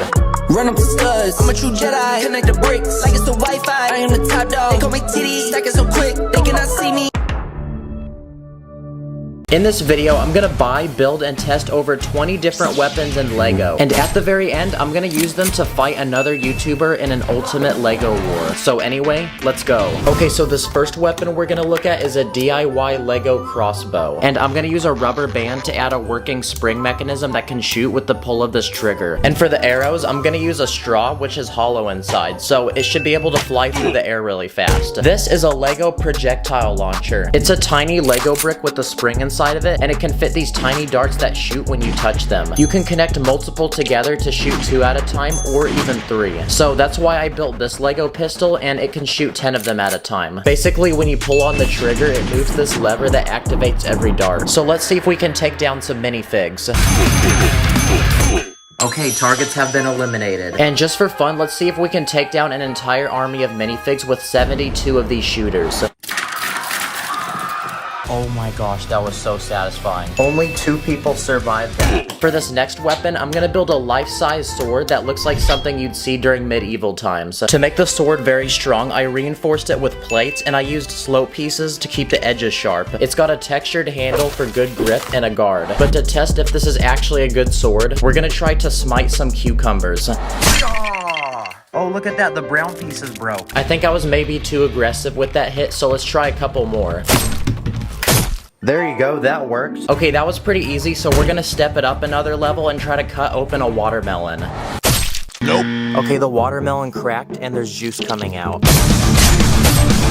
Okay, it took 5 hits for it to split in half. The next Lego weapon we're gonna build is a butterfly knife. It's basically a knife with 2 handles instead of 1. So because of that, you can do a lot of really cool tricks with them. And there's some people out there who are extremely good at these. And aside from being a weapon, this thing's also kind of like a fidget toy. It's really satisfying. Okay, for these next few weapons, they're actual Lego sets that you can buy on their website. So I ordered some in the mail. The first one is this life-sized replica of Captain America's shield, which costed $200. And it's made from over 3,000 pieces. Let's go. I'm starting to feel the spirit of America right now. Also, this has got to be the most satisfying building technique I've ever seen in a Lego set. Okay, this set is intended to be a display item, so there's no handle on the back to actually grab it with. So I ended up adding my own. And now that I can grab it, we're gonna put it to the test and see if it actually functions like a real shield. So we're gonna see how it can hold up to some water balloons. One water balloon completely broke off like half of it. Bruh. Well, it's gone now. Look at all that damage. The second Lego set I bought is another superhero weapon, but this time it's a life-size replica of Thor's hammer. It costed $100 and has almost 1,000 pieces, but legends say in order to pick it up, you have to be worthy. But we're gonna put it to the test and see how powerful it is. So let's start by smashing some nuts. Okay, that honestly was no problem, so let's step it up a notch and see if we can destroy a soda can. Shoot, it literally destroyed the hammer. Ooh, there's actually Coke coming out of the can. See that? Oh. Okay, that one actually works, but now there's Coke all over the hammer. Okay, now the ultimate test. What's stronger, Captain America's shield or Thor's hammer? Okay, the shield took a lot more damage than the hammer, so I'd say the hammer won that. Now take a trip with me to the continent of Asia, because this next weapon comes from the country of Japan, and they're ninja stars. Basically, it's a very deadly looking snowflake. So I set up some balloons in my house, and let's see if we can pop them. Here we go. Woo! Let's go! Okay, last one. Oh crap, I put a dent in my wall. Woo! They should do this at birthday parties. Another Asian weapon are nunchucks. To make this, I'm gonna build 2 long handles and connect it together with this Lego chain. And this actually feels and looks like a real nunchuck. Great, now I gotta fix it. There's a lot of different tricks we can do, like up and down, behind the back, and other crazy combos. Cobra Kai never dies. This next Lego weapon I built is known as a blowgun, and it's an ancient weapon that was used by indigenous people around the world. They shoot darts, so I built my own in Lego using the sharpest tipped Lego piece I could find. This weapon is very simple. You simply put your mouth on it, and then you blow it. Okay, here we go. Whoa, that's sick. Let's try out some quick target practice. So here's a piece of toilet paper that I grabbed from my bathroom. Ooh, we put a hole through it.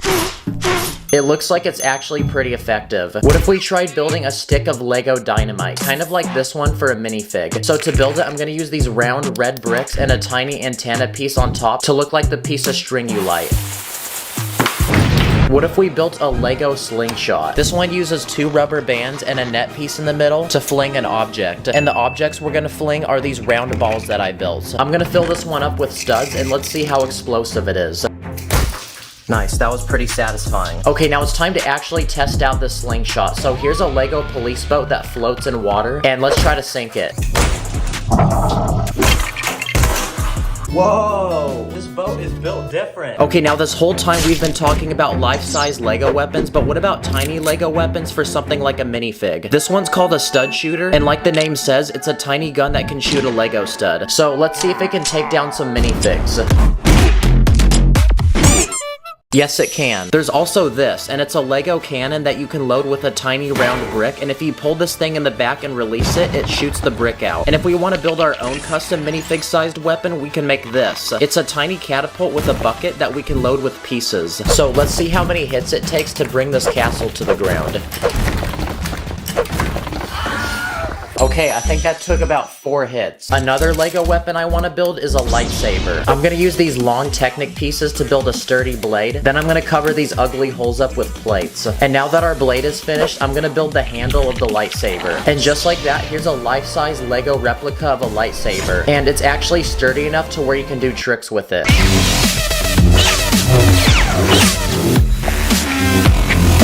What about a wand, like in Harry Potter? That's a weapon, right? So I quickly speed built one in Lego, and this is what I came up with. Oh, heck no, bro. This wand's looking goofy. Yeah, no, not that one. I'm gonna use these Lego bricks with studs on each side to build an even better wand. Sheesh, I feel like Harry Potter right now. But I wonder if we can cast a spell. Expelliarmus!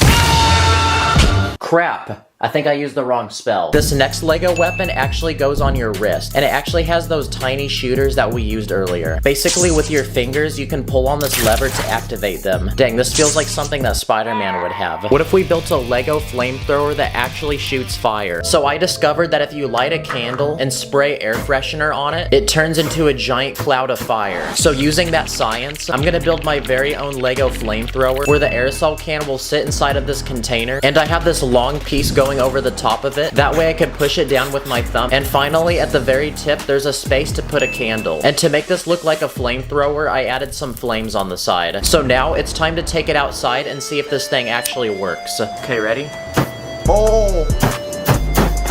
Oh my gosh, that's fire. No pun intended. Well, that's how you make a DIY Lego flamethrower. Please do not do this at home, by the way, okay? And I'm curious if this will catch a minifig on fire. Okay, that didn't really do anything. Okay, I want to quickly go online and see if I can find some cool knockoff Lego weapons. The first thing I found was a Lego bazooka that shoots rockets. This actually looks sick. Let's add that to the cart. Okay, I found this machine gun looking thing. Let's get that one. I found a lot of other military stuff like the sniper rifle. Okay, now it's time to just buy it, I guess. And after waiting a week, they came in the mail.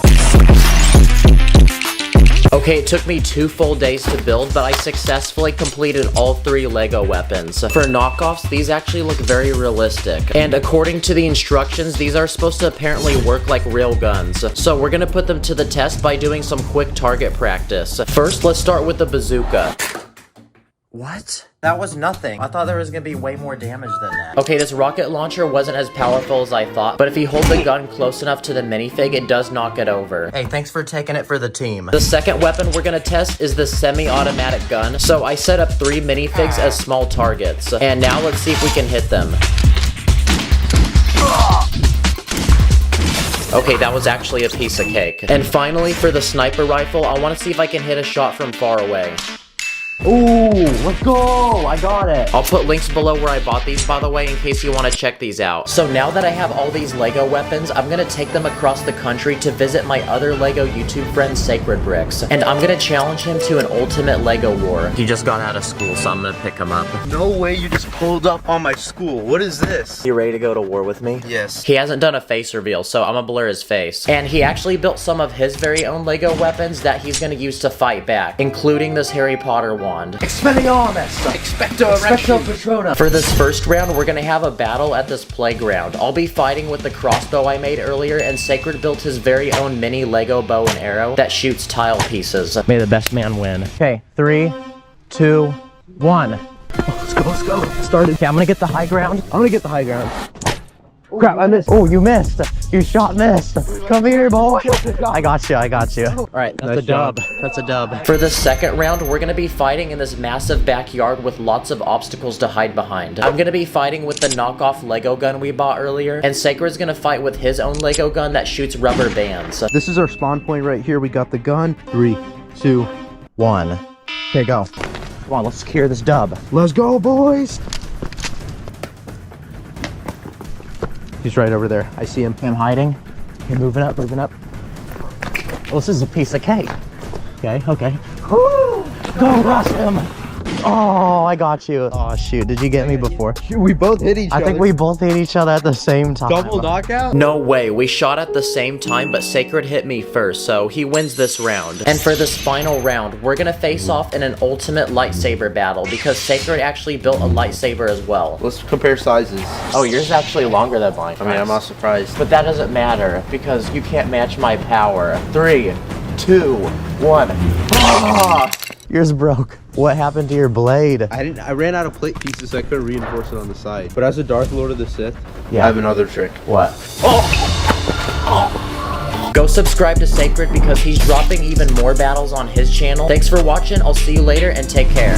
My heart's like a Lego set, please don't break it. I don't like mega blocks, please don't fake it. Everything is lit, yeah, everything is awesome. I build illegal tricks, yo, and we never stop it. In this video, I'm gonna perform simple and easy DIY magic tricks using Lego. Then I'm gonna teach you how to do them yourself. Anyway, let the show begin. For this first magic trick, I'm gonna take this Lego man and make him eviscerate into the universe. Dang, bro really just left the Discord chat. But to do this trick, I actually used a simple mechanism behind my hand that you can't see. Basically, you pinch it with your thumb, and as you bring your hand down, you can lift the minifig off the ground. There's also another way to make a minifig disappear, and to do this, just tape one to your thumb. For this next trick, I built this clear, empty Lego box. But if I slap it down, I can make a Lego brick magically spawn. To do this, I actually attached a Lego brick to the ceiling of the box where you can't see it. Here's a Lego iPhone that I built, and it has several different apps. But for this next trick, I can make the iPhone magically levitate. Now this one's actually really simple. All you need to do is build a long rod using Lego bricks and stick it up your sleeve. If you stand in front of the phone, you're not gonna see it. For this next trick, I can take any Lego minifig and make it magically change its outfit. Okay, this one's actually really simple. I built a wall with a different minifig on each side, and I have this long rod to spin it while my hand moves in front. That was so cool. Let's try that again. Hey, whoa. Okay, for these next few magic tricks, I'm gonna use Lego sets I copped at the store. For this magic trick, I can take a bag of Lego, put it back in the box, shake it up and give it a nice spanking, and when I open the box back up, the Lego set is put together. All you have to do is build the Lego set beforehand, put fake Lego pieces in the original bag, and just swap the two items from inside the box. This Lego set comes in a single bag, but using the master building power of Emmett, I can shake the bag, and the set can magically put itself together. Again, just finish the Lego set beforehand, but hide it in the corner of the bag you can't see through, and fill the rest with fake pieces. This next trick involves a snack, and no, it's not me, it's a chocolate bar. When I put the chocolate back into the bag, give it a good spin, I can pull it back out, and the chocolate has turned into Lego. To do this trick, I filled the first half of the bag up with real chocolate, and the other half with this fake Lego chocolate that I made using brown pieces. You can use the same concept to build something like this tiny Lego box with two doors. You put something inside, spin it around, you open it, and the item has magically changed. This one's simple, just hide another piece inside. For this next magic trick, I'm gonna eat a Lego brick. Okay, I ate it. But get pranked because turns out I found this Lego candy at the store a few days ago. It looks just like real Lego. Also, it tastes pretty good. Okay, for this next magic trick, I built this working Lego assembly belt that you'd see in a factory. But this machine is very magical because if I put a Lego piece inside of it, it comes out as a different color. All you need to do is just hide the other piece inside. And you can use this trick in different ways, like making a Lego piece grow, changing a minifig head's facial expression, or you can just straight up use it to cook some delicious food. There's a lot of tricks you can do with a single Lego brick. For example, if you take 2 bricks, hold them together, it looks like 1 Lego brick, so then you can pretend to split it in half. You can also take the studs on a brick and wipe them off. And to do this one, I just moved a plate piece off the top. This next trick involves a minifig, and I'm gonna magically wipe its face off. This one's very easy, I just rotated its head. Okay, so my other Lego YouTube friend Sacred pulled up to my crib, so how about we let him do a magic trick? Okay, Sacred, do a magic trick with this globe. I got you. I'm gonna make it disappear. So just turn around and wear these headphones. Okay. Alright, he's listening to some music. He doesn't know what's about to happen. They call me Messi. Do I kick these balls? Yo, the magic's done. Oh, really? Oh, where's the ball at? It disappeared. Magic. Sheesh, that's fire. Good job. I Yeah. love that. I'm gonna get a snack. Oh, wait, let's go that way. Here's a tiny Lego box with a blank pizza in the middle. And for this next magic trick, I'm about to become a professional chef because I'm gonna add different toppings to the pizza. I put pineapple just to make people mad. And by doing that, the pizza now has magically gained its toppings. And to do this magic trick, there's actually a sliding piece inside of the box that can switch between 2 different pizzas. I used a similar design to build this box where I can magically turn money into gold. Basically, when my hand covers the box, I let go of this piece which slides down. You can do this trick with any tile pieces. For this next magic trick, I stepped on a Lego so bad that it literally went through my foot. Wow, this is everyone's biggest nightmare. But if you move to the side, you can actually see that I used a few Lego pieces to clamp 2 separate plates to my foot. And if you want to, you can also do the same trick with a Lego minifig. There's a trick where if you take a plate, you can stick it between the studs of a brick. So if you attach another plate on the other side, it looks like it's stabbed through the brick. You can also make 2 Lego bricks look like they're passing through each other by building a fake one with a cutout. Or if you want to do something really illegal, you can sacrifice a Lego knife by cutting it in half and gluing it to the ends of a minifig head.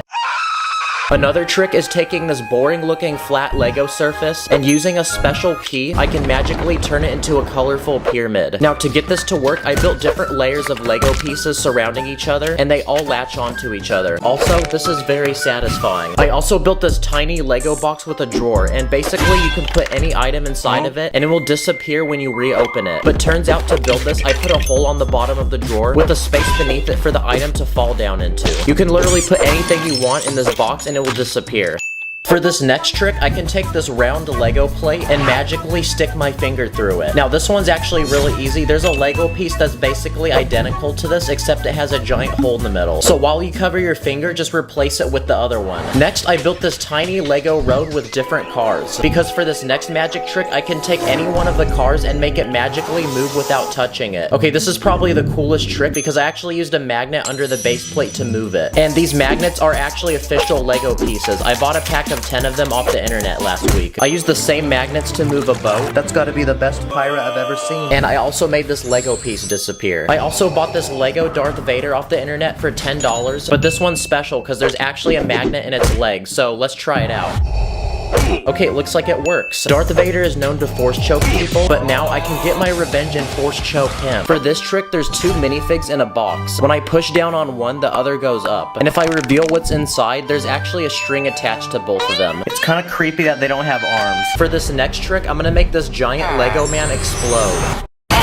Wow, that was pretty cool. Oh. This is a tiny Lego guillotine that's supposed to cut my finger off, but when I push down on the blade, it literally goes through my finger and nothing happens. But if you slow it down, you can see I use this L-shaped Lego piece to actually rotate around my finger. But if you do it fast enough, you're not gonna even notice. Okay, this next item that I built is this box with tiny plates inside. But if I put the lid back on, I can actually summon the pieces to join together to form one plate. Okay, again, this trick's pretty simple. When I put down the lid of the box, it actually actually covered the inside with this fake layer. Now, Lego actually makes these erasers for school. They look just like real Lego bricks, but they're flexible. So if you have these, you can prank your friends and make them think that you're taking a Lego brick and bending it. For this next trick, I'm gonna split a Lego rod in half. I built this small device that you put the rod in, and magically it will split into two. Now, this is all an illusion. I actually placed another rod inside, and these sliding pieces on top will let you see one at a time. Okay, now Karens are really annoying people, so I built a simple contraption to make them disappear. Basically, you put a Lego person in the box, and when you reopen it, it's completely empty. Okay, to do this one, there's a spot on the rear door where you place the minifig. That way the minifig can rotate with it. I also built this tiny Lego box. There's a hole on the top, but there's no hole on the bottom. But if I drop a ball into the box, it literally falls through. Turns out behind the box where you can't see, there's a piece that slides open and allows the ball to drop down. I also built this Lego wall that not only can you magically break in half, but you can also reconnect to find that there's now a hole in the middle. This one's simple. I just slid the pieces into a different spot. And now for the final magic trick. I can take a Lego knife and cut my hand, but the secret is to leave space in the knife to go around your hand. And I found the perfect pieces for these. I use these special plates with the rounded corner. And if you don't have these, you can do something very similar with an arch piece. Like I built this smaller knife that looks like it's cutting my finger. Thanks for watching. Go try some of these magic tricks on your mom, and I'll see you later.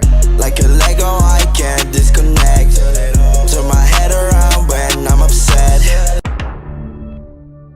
Today, I'm gonna take random items from the real world, then I'm gonna challenge myself to recreate them using Lego. So anyway, let's go. Okay, here's my plan. I have 7 mystery boxes, each with a different item inside. And whatever box I open, I have to build that item in Lego. Okay, let's start with the smallest one.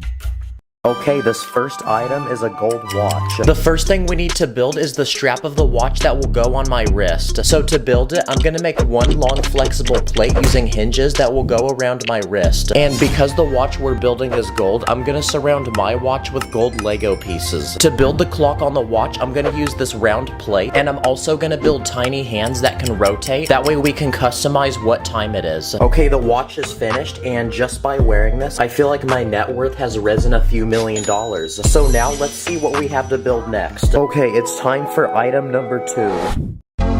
And this time, it's an iPhone. Okay, to build this phone in Lego, we first need to build the frame, which I made using plates, but the most important part of a phone is the screen. So to build that, I used some bright pieces for a wallpaper, and I left empty spots to put apps. Okay, so I built the home screen of the phone, I built Discord, YouTube, and this one's supposed to be Minecraft. Now, obviously, I can't build a working Lego phone, but I can build other screens. Like, I built this one, which looks like I'm texting someone, or this one, which looks like I'm taking a picture of myself. Okay, on to our next item. Now we have to build Lego shoes. Okay, this is gonna be really interesting because Lego is one of the most painful things you can ever step on. Yet I'm literally about to build a shoe made out of it. Okay, the shoe is finished. It honestly looks like a real shoe. This is a Nike shoe, so I built the Nike logo. And there's even a spot inside to put my foot. So just like any shoe, let's see if we can wear this thing. Yep, Lego is definitely not designed for that. Okay, the next item I'm gonna build can't actually fit in a box because for this next challenge, I'm gonna build a car. And the car that I'm gonna build is this one, and it's a Toyota Supra. Now, when I build this car in Lego, I want it to actually move like a real car. So I found this special official Lego piece, which can actually wind up and spin when you release it. So we're gonna use that to spin the back tires of the car so it can actually move on its own. Okay, it works. This car has a working hood which has an engine underneath. I added a giant spoiler on the back, and I even used a drinking cup as an exhaust pipe. Okay, challenge complete, on to the next item. Okay, it's time to open the next box. Okay, this time we got a basketball. So for this challenge, I'm gonna have to build a giant ball using Lego bricks. And I actually found this special app on my computer where you can turn any object into Lego, and it will show you exactly how to build it using bricks. So we're definitely gonna need to use this to build our basketball. Okay, the ball is halfway finished. I left the inside hollow because I don't have enough pieces. And after another hour of building, the ball was finished, and it's almost exactly the same size as the real basketball. But I want to put this Lego basketball to the test and see if it actually works like a real one. Okay, first let's see if it can roll like a real ball. Wow, it also makes a great bowling ball. Okay, now I'm gonna roll it down this hill into this guy's house. And And for the final challenge, I'm gonna attempt to slam dunk this ball. That way I can add it to my resume and the NBA can draft me next season. 3, 2, 1.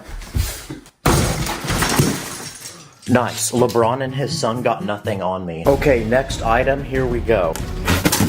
Okay, well, next we're gonna build this pizza. Okay, so to build this pizza in Lego, I need to build the bread, all the sauces and the cheese, and the toppings. So first, I'm gonna start by building the bread. Okay, so far it's looking round like a real pizza. Now we can start adding all the toppings. The first important ingredient we must add is tomato sauce. This pizza also needs cheese, so I'm gonna build it using yellow plates. And now we can start adding the final toppings. Like, I'm gonna use these round red plates for pepperoni slices, these black flotation devices for minifigs as olives, and I'm gonna also add some green peppers. Okay, the pizza's finished, and I got hungry while building this, so I ate some of the real pizza. But now, let's try this pizza. I also made a single slice of pizza, but what makes it special is on the very back I added some hinges. That way it can be more realistic and bend like a real slice of pizza. Now it's time for the taste test. Okay, next box, here we go.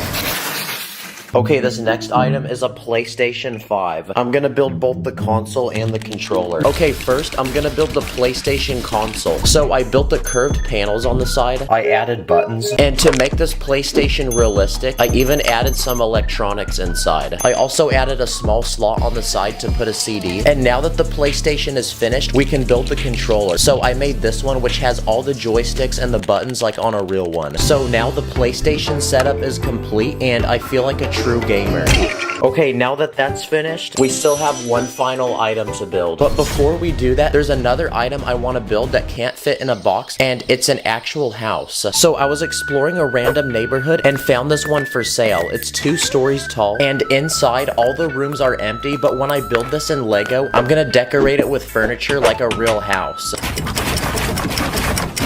Okay, I finished the outside, and on the front, I built this working garage that can actually open and allow a car to go inside. To build the roof, I made it using only plates, and the best part is that the house can actually be opened up to reveal the inside. So on the first level, I built a dining room with a kitchen, and on the second floor, I built 2 separate bedrooms and this bathroom. Okay, that's another build done, so on to the final item. Okay, now it's time to open the biggest box, so let's see what's inside. Okay, this final item is literally a toilet. Okay, here's my plan. I want to build a working Lego toilet that can actually flush using real water. So my first step was to build the actual toilet, which I made using all of these white bricks. But on the inside of the toilet, there's a container that you can put real water in, and we're gonna use it to flush the toilet. So to actually flush it, there's a lever on the side that you push down on, which will rotate the container and dump the water out. So it's gonna enter the bowl through this tiny opening on the back, and it will exit through the bottom. Okay, I really hope this works. No way. That actually works. We really got a working Lego toilet before GTA 6. Now let's try flushing away this Lego man. Here we go. Nice. Now he's gone forever. Check the description and let me know what you want to see me build next. Thanks for watching. I'll see you in the next one.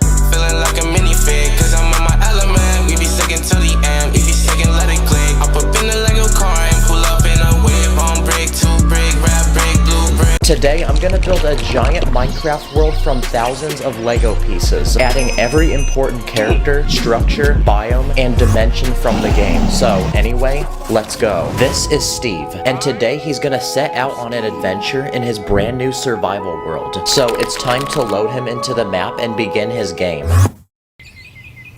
Nice, it's now day 1, which means he needs to prepare to survive the first night. But before we can do anything, the very first thing that Steve needs are tools. And because we're surrounded by trees, let's punch them to collect wood so we can build a crafting table and make our first few tools. Like this pickaxe, sword, shovel, he's even got this hoe. But because they're wooden tools, they're the crappiest, weakest ones possible, like something off Temu. And now that Steve has tools, he can use them to hunt and collect collect food, like this raw chicken, and he can even collect dirt from the ground, so he can build his very first survival base. So I made one with this small window, a wooden door, and inside I put this bed. Wow, this is probably the ugliest house I've ever seen, but it's gonna have to work for now because just as we finish this base, we've completely ran out of daylight, which means now it's time that all the monsters begin spawning. So now that it's too dangerous to go outside, let's send Steve to bed and get him some rest so he can be ready to play the next day. Okay, Steve's ready to continue exploring his new Minecraft world, but before we explore outwards, we're going to explore downwards into the ground. So beneath his base, I built a narrow tunnel with a ladder that leads into a cave so he can go mining. So I built this giant lush cave full of basically every type of ore imaginable, including coal, which is perfect for cooking meat so we don't eat it rotten, and diamonds, which we can use to craft even stronger tools, and a full coat of armor to protect us from mobs. Down here, you'll even find this amethyst geode and an abandoned mineshaft full of gold. Okay, that's a new part of the map unlocked, so now we can continue mining and collecting diamonds. Ain't no way, bro definitely used creative mode. And now that we've unlocked new materials, we can take the ugly base we built on day 1 and upgrade it to be wood layer. I'll be stacking up those bricks like it's ABC. My next plan is to build this house its own farm. That way we can grow our own food. So first, I built this garden where Steve can grow wheat, which is perfect for making bread, sugarcane, which can produce paper, potatoes, carrots, melons, and pumpkins. And on the other side of the house, I built a fence where we can keep different animals, like cows, which make a great source of milk, sheep, which produce wool, pigs, and chickens, which make great eggs for crafting cake and pie. Okay, our base is finished, and Steve is ready to continue exploring his Minecraft world. So I gave him a map and a compass, and he's ready to go. The first stop on our journey is a small village. So I built one with tiny houses that the villagers can live inside of. What's in this one? Oh shoot, my bad bruh. Let's put that back real quick. But what makes these villagers special is we can actually try trading with them. So let's see what they give us. Okay, he doesn't want to trade, but maybe this will change his mind. I knew it. Money talks. Okay, that's a new part of the map unlocked, but we still have a long journey ahead. So on the way, I built this goat and this donkey, which we can tame and use to ride and store all the loot we're about to collect on our way. The next destination on our journey is the desert. So I built a dry, hot, and sandy landscape with cactuses, this camel, and this desert pyramid, which opens up with even more loot inside, which we can add to our collection. Now, opposite to the hot desert is the freezing cold Arctic. So that's what I built next. I made this snowy landscape with giant ice spikes poking out of the ground. I also added polar bears, this tiny igloo with a bed inside, and this wandering trader. So let's see if he has anything good to trade. Okay, you asked for it. Good boy. The next place we're gonna visit is the jungle. So I built this lush forest with a giant stone temple, which Steve can explore. Inside are booby traps, like these darts which shoot from the wall, and there's a secret door with treasure behind it that only unlocks when you select the right combination using these levers. Nice. Now we built a desert, the Arctic, and a jungle. So I also built this swamp where you can find frogs and this witch living in a hut. And along the way, I even built Mushroom Island, which is one of the rarest biomes in the game. And it's a place where no mobs can spawn. Instead, it spawns these giant mushrooms and these cows, which have mushrooms growing off of them. I also built this bamboo forest where you'll find bamboo trees, which make great building materials. And here you'll also find pandas eating them. I also built this canyon made from many layers of rocks in different colors, and this field full of flowers, these pink cherry blossom trees, and bees, which produce honey that we can eat. I then built another forest, but this time you'll find these large spruce trees, wild berries which make a nutritious snack for our journey, and this wolf which Steve can tame to become his pet, and a personal attack dog to protect him from mobs. I also built a pillager outpost, which is this tall tower guarded by pillagers who like to attack and loot villages. Here you'll find special loot like crossbows, which are great for fighting mobs. So I put the tower next to the village, and now they can all go to war with each other. But the biggest structure in all of Minecraft is the woodland mansion. So that's what I plan to build next. And this is gonna require a lot of Lego and a lot of time. Look how big this thing is compared to the rest of the Minecraft world. So I built this giant mansion with 2 separate floors, and upon entering, you'll find a maze of hallways which lead to several different rooms, including this small crappy prison and this fighting arena where Steve can fight this chicken jockey.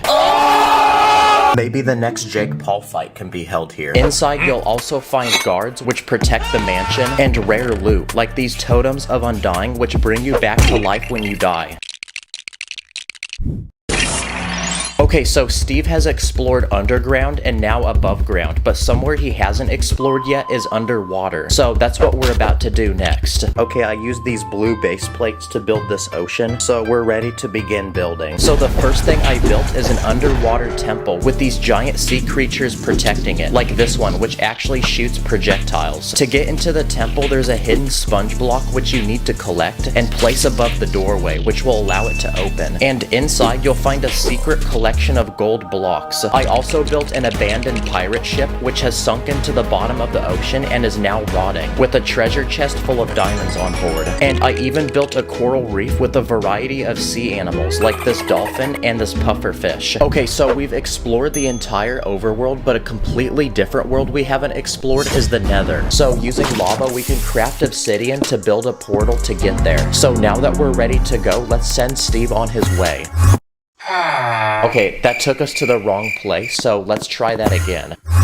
There you go, that worked. Here you'll find pools of lava, fire, and new mobs like these pigs that trade gold for random items, and this giant flying ghast which shoots flaming balls out of its mouth. I even built a nether fortress which Steve can explore to discover new loot, like netherite, which can craft even stronger tools and armor than diamonds. You'll also find enchanted items with special abilities, like enchanted boots with feather falling, which allow a player to fall without any damage, or this enchanted sword with knockback, which will send enemies back when you hit them.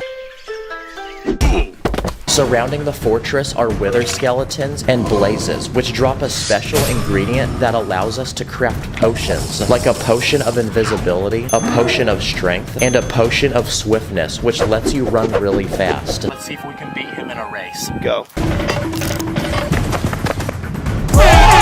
Okay, so we've explored the overworld and now the nether, but one final world we haven't explored is the end. Here we can fight the dragon and beat the game. So to get there, I built a portal surrounded by lava and spots to place the eyes of Ender so we can activate it and send Steve on his way.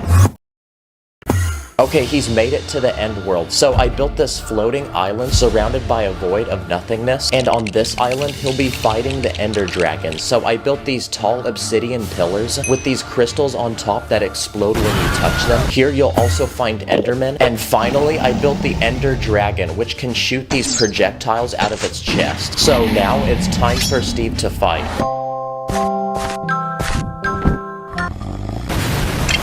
Let's freaking go. Steve has officially beaten Minecraft. So to reward ourselves, I built an end city where Steve will find only the most rare, precious loot, like this elytra, which literally allows him to fly. Holy crap, that took forever, but this Lego Minecraft world is finally complete. This thing basically takes up my whole wall. Thanks for watching, subscribe, and I'll see you in the next one. Purple stars in my bank account, run up the digits, counting up the Lego money like Lord business. Always with my minifigs, I'm with the crew, master spins jitsu, call me say woo. Next up on LEGO Geographic, the Desert Pyramid is one of the most treacherous structures in Minecraft. Despite its glorious architecture and massive beauty, what lies inside is deadly skeletons, creepers, and Frank. Come buy a hot dog for only $2. In this episode, we'll be exploring the Desert Pyramid and discovering its unknowns. Okay, so looking at this build, oh my gosh! Excuse me, who are you exactly, and why are you naked? Sorry, a helicopter just dropped me off. I'm part of the TV show Naked and Afraid. I'm gonna try to survive out here for a whole month. You know the vibes, man. Okay, well, I'm just gonna continue my video, I guess. So desert pyramids are these large structures in Minecraft, which have been in the game for a really long time. They've got some booby traps, but the loot is spectacular. After going in-game a little and looking at pictures from Minecraft Wiki, I was able to recreate this in Lego using the pieces I had, and yep, I did use a lot of tan pieces. Also, please like this video because cleaning up this sand is not gonna be fun. In total, I think I spent about half a day making this. The design's not extremely hard. I mean, come on, it's Minecraft, it's blocky. So all I really had to do was make sure my scaling was right, make sure that I was including the little hints of detail that distinguish this pyramid from just a regular pyramid that you'd see in Egypt. What makes the Minecraft Desert Pyramid special is, well, it has one entrance on the front with 2 pillars on the left and right side. They've got some cool geometric shapes, and they just kind of help spice this pyramid up. Hey kid, you want a hot dog?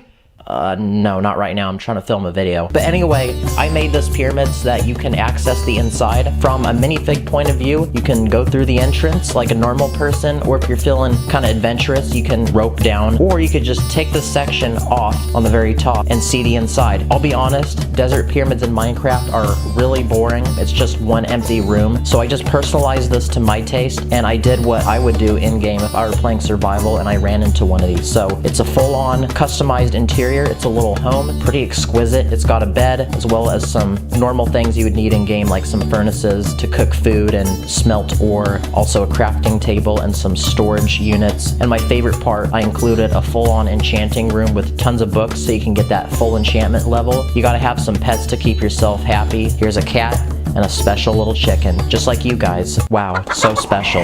Well, what'd you guys think? Comment below what you want to see next here on the channel, and who knows, it might just become the next video. Really big announcement, if you have some experience building and making videos, come email me. Come take part in the 12-day holiday series that will be going on in this community. Essentially, each day a different YouTuber will upload a video on their channel that will go on for 12 days, so we're gonna need 12 different people. It's gonna be a big collab, and I'm looking for more recruits, so if you have experience building and you want to be part of the team, then email me. Thank you for watching, and keep on building.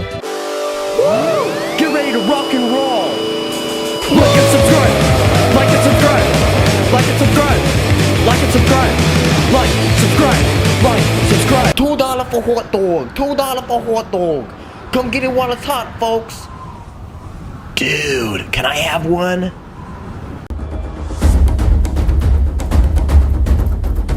Come on, help me.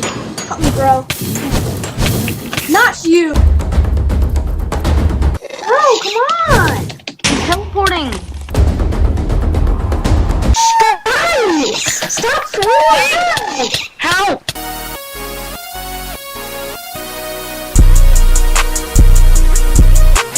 Hey, what's poppin' all my pretty little chickens? Dang, I haven't said that in a while. It's me, Ty, and I'm in my Minecraft phase again. I bought a server, I've been playing with the boys, and it's been a blast. So that inspired me to make this build right here. This is a Lego Nether Fortress. If you guys don't know what nether fortresses are these generated structures in Minecraft that you can find, usually full of tons of loot, but also really dangerous mobs. I originally built one of these fortresses a year ago during the Nether update, but I ended up scrapping the build because I wasn't happy with the way it looked. But this time around, I want to totally recreate it again and spice it up. So bring in the flavor, broskies, because here is a totally recreated version. But anyway, this build is full of a lot. Since these fortresses are entirely dark red, just to throw in a little bit of that flavor, I added some of these crimson trees and also these warped trees. To make this place look dangerous as it is, I added some lava which just surrounds the trees and also the pillars which hold up the fortress. But these fortresses in-game are usually pretty suspended in the air. They're really large and they go for quite a distance, held together by all these like interconnecting bridges. So I recreated a portion of that myself. This one section over here is a blaze spawner, which you find quite a bit of. And speaking of blazes, dangerous mobs are all over this fortress. So there's some wither skeletons, normal skeletons, and also a ghast.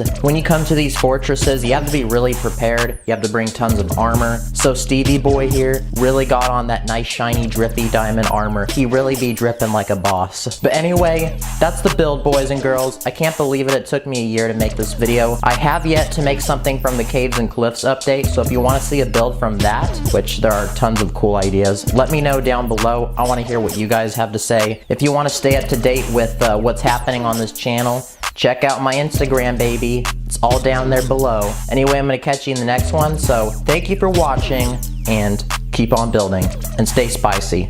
I can't tell you how long I've been wanting to say this, but boys and girls, it's time for some Minecraft. Now, I'm not really in my Minecraft phase quite yet. I get random Minecraft phases where I'm into it for like a month, but I just figured either way, I wanted to make a video for you guys. So here are 10 cool and creative Minecraft ideas that you guys can make right now. Now, I did 10 other designs like about a year ago, so check out that video, but these are 10 completely new ones up to the Nether update, so no Caves and Cliffs update in this video. That's going to be for a separate one. Anyway, these are some cool designs that I've used in the past and other ones that I plan on using in the future. So anyway, let's check these out, boys and girls. Now, Lego makes Nether portals for their sets, but I want to take the ones they make and take them to a whole nother level. So here's a much more detailed version. I made my own version using a lot of tiles, plates, and these purple studs. I got to use the actual panel that comes from the sets. It's just a nice transparent purple one. It fits so well with the colors. A very detailed design, a step up from the Lego set one, and I just wanted to show this to you guys. Here are two little fishies, boys and girls. These are all brick built. The first one is a salmon. I used a white tile on the bottom for the belly of the fish. For the fins, I used some tiles. The back one is held on by this clip, and then everything else is just built using some 1x1 bricks. And then this next one is Nemo. To make this, I used some pretty simple pieces like some 1x1 plates, but anyway, I freaking love fishies. This next design is really simple, and this is a spawner. Now, the spawners in the Lego sets are made using these railing pieces, so if you don't have enough room for a big spawner, you can make this tinier version, which uses 4 of these tap pieces, and if you put some mobs around it, it really compensates for that spawn look. So if you're ever making a dungeon, a nether fortress, and you want a spawner, then here's the design for you guys. Here are some simple lighting designs. The one on the very left is a end rod. This is the one that you find in the end cities after you defeat the dragon. This next one is like this prismarite light. I forgot the name, but you find it in the underwater ocean monuments. And then there's also a magma cube and a simple torch. And then to spice things up even more, here is a lantern piece. From the Nether update, they added these chains that you can hang the lanterns from. So that's kind of what I wanted to do here with this short chain piece. Now, I usually try not to like modify my pieces, but I painted these ones for a specific reason because I wanted to recreate a shulker. So here are some simple shulkers. They literally use a few 2x2 plates. And then in the very middle, I actually used the Steve head piece from the old school Minecraft sets. If you don't have that, you can just use a regular tan plate. To get the paint, I literally used this acrylic one from Walmart, and they're literally like 75 cents a bottle. I believe I mixed blue, red, and maybe a little bit of black. I'm not sure. Here's a design I really like. This is a warped tree. Simple tree design that uses some colors I love, like some teal and also this like aqua blue. I have some tiles and plates hanging from the edge by these snot plates. And then to add some extra little features to this build, I added a piglin, some fire, just to, you know, and some lava to make it look like it's actually the Nether. For this next design, here is a simple campfire. I just crisscrossed some 1x3 plates, and then on the very top, I laid down this Minecraft piece that comes in the sets. It's just some simple fire. If you want to, you can add some smoke. So to do that, just take some transparent bricks, take some white pieces, and kind of pattern them so it looks like smoke clouds are going up. Here's a simple lectern design which uses this book tile, which I believe originally came in like an enchanting table from a Minecraft set, but I used it in a lectern this time around. To give the lectern this angle, I used this hinged piece. It doesn't really match with the rest of the color, which is why I have 2 bookshelves on the side kind of keeping it hidden, but either way, it's a cool design, and if you're making a library, this fits perfectly. This isn't my favorite build I've done, but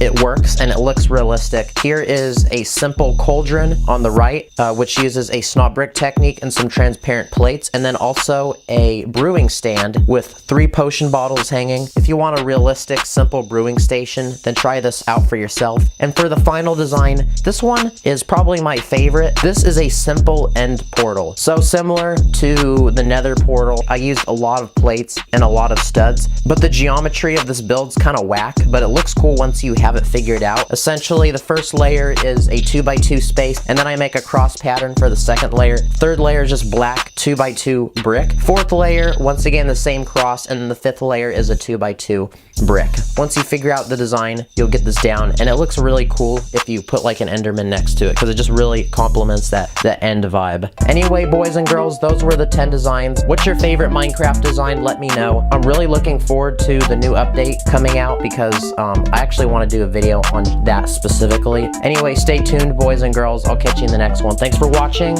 and stay spicy. Hey, what's up, boys and girls?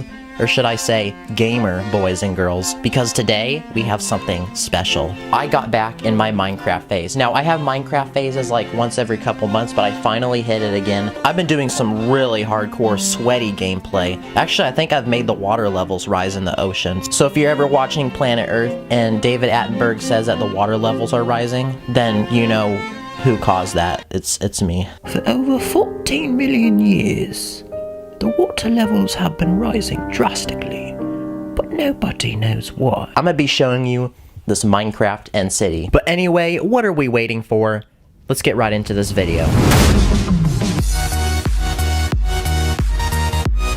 Yo, what's up guys? It's me, Ty, and welcome back to my YouTube channel. So, in today's video, I built this Lego house, and there's like lava, and I put in like the inside comes apart and you can like see it, and there's like stuff in there and stuff like that. Whoa, TD Bricks, what the heck is this crap? What are you freaking reviewing right now? What? This isn't the type of crib that the bro gamers want. Let's give them something cooler.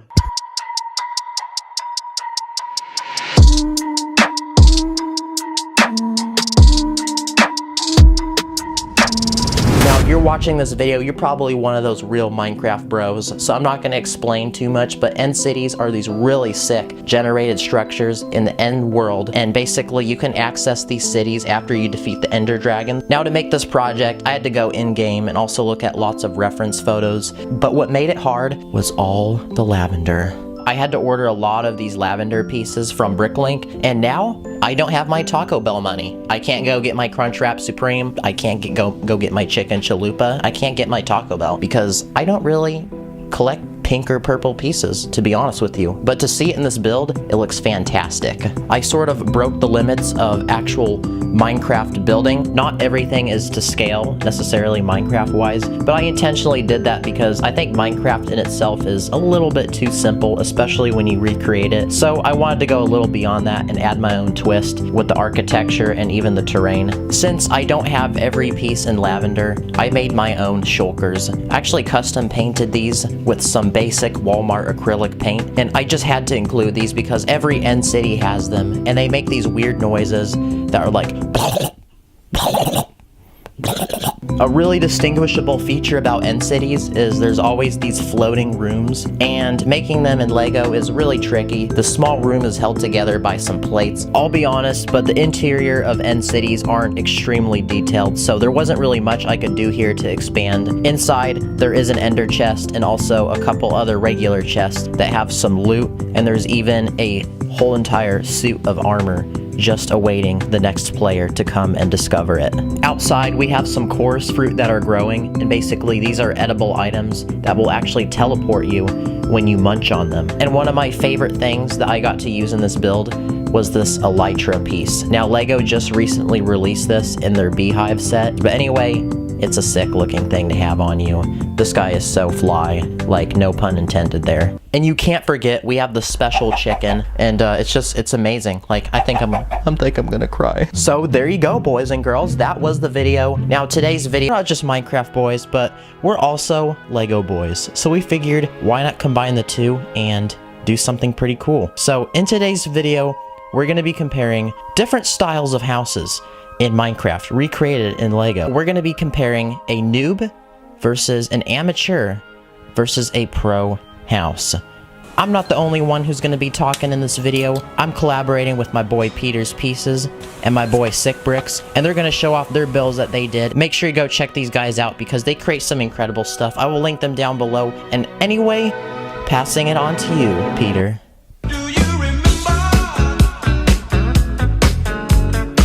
What's poppin', looking, guys? I'm Peter, and I built the Lego Minecraft noob house. So as you can see, this is just kind of a hodgepodge of dirt and wood and whatever you find at the beginning of the game, and I tried to make it look really messy because noobs don't know what they're doing. So you can see it's just built on a snot base, meaning studs not on top. All the bricks are laid on their sides, and then in the middle, there's kind of like an indent so that the hut can sit. So on the outside of this hut, there are windows, but they're not actually filled in with glass panes or anything, because a noob would not have access to glass. And of course, around front, you have a door, because even a noob would know what doors are. I decided to go with the spruce. I did think about doing acacia because that is a very, very newbie color, but it looks so bad. I could not bring myself to use an acacia door. Like seriously, even a noob would not want to use acacia. It's just that bad. Anyway, moving inside, you can see there's a chest, but also there is a white bed because noobs use white beds. If you're new to Minecraft, maybe take this as a piece of advice. White beds are for noobs, red beds are for the cool people. Using a white bed is kind of like going to Sonic and then ordering a slushie with no flavoring. Like nobody does that, come on. Anyway, that's the noob house. So before I ramble on for too long, I'm gonna pass it to my boy Sick Bricks. Yo, this is Sick Bricks with the Minecraft Amateur House. Starting off with just a general look at this build, we can see it uses a bunch of materials, or what would be materials in game, like stripped oak logs, cobblestone, birch wood, things like spruce doors or trap doors, all that good stuff just to add that little bit of detail, because amateurs, unlike noobs, understand that you need a diversity of materials to make that build looking spicy. On the front, we can see a couple of lanterns hanging. On the sides, we just have a couple of windows and a ledge with a flower pot. On each of the four corners of this build, you can see there are these stripped oak logs because it's an absolute staple of Minecraft architecture to put logs in the corners of your house. The imitation of a stair roof is one of my favorite parts of this build. Looks really nice with that little bit of texture and really caps off the build nicely. Moving on inside, you can see a little bit of furnishing. We got a double chest over there on the side and a furnace, a crafting table, and that is next to the red bed because all the Minecraft OGs sleep in that red bed. Also, since I don't own any official Minecraft sets, I don't own any official Minecraft figures. So I tried my hand at making some customs, and they don't look too good. Just don't look at them for too long. So that was the Minecraft Amateur House. Now let's go ahead and pass it on to my boy Ty for the Pro House. And finally, we have the Pro House. Okay, hold on. Why did I not get a spicy intro? Hey, editor. Editor, can you give me a spicy intro, please? You want what? A spicy intro. Come on, broski. Hit up a brother. I'm trying to film this mock. This is the finale. This is what the subscribers want. The special chickens want to see. Okay, well, chill out. I'll give you a spicy intro then. Jeez, just... Okay, alright.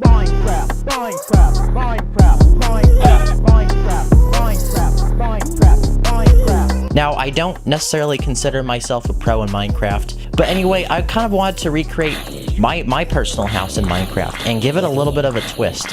And we have sort of a traditional survival house because I'm all about survival. I'm not some creative guy. I like playing survival. So starting on the outside, there's a lot of features, including a manual farm with various fruits and vegetables that are growing, as well as various mobs that are scattered throughout this build to help throw in that Minecraft feel. In the very back, I want to create this nether portal and add some nether sort of features around it, including this warped tree. And I also surrounded the nether portal with a lot of this netherrack, which I think helps add some really cool nether vibes to it. Almost adds a clean transition to the portal. In the back, we have a bamboo farm, and the actual building we can't forget. The bottom is made out of bricks, and the top is made out of yellow terracotta. If we take the individual floors off, we have access to the inside. Starting on the bottom floor, we have a general purpose / use room, mainly for crafting, cooking, smelting, and doing various other things on the go as, you're playing Minecraft like a normal Minecraft boy. I did replicate this similar to my personal base in game.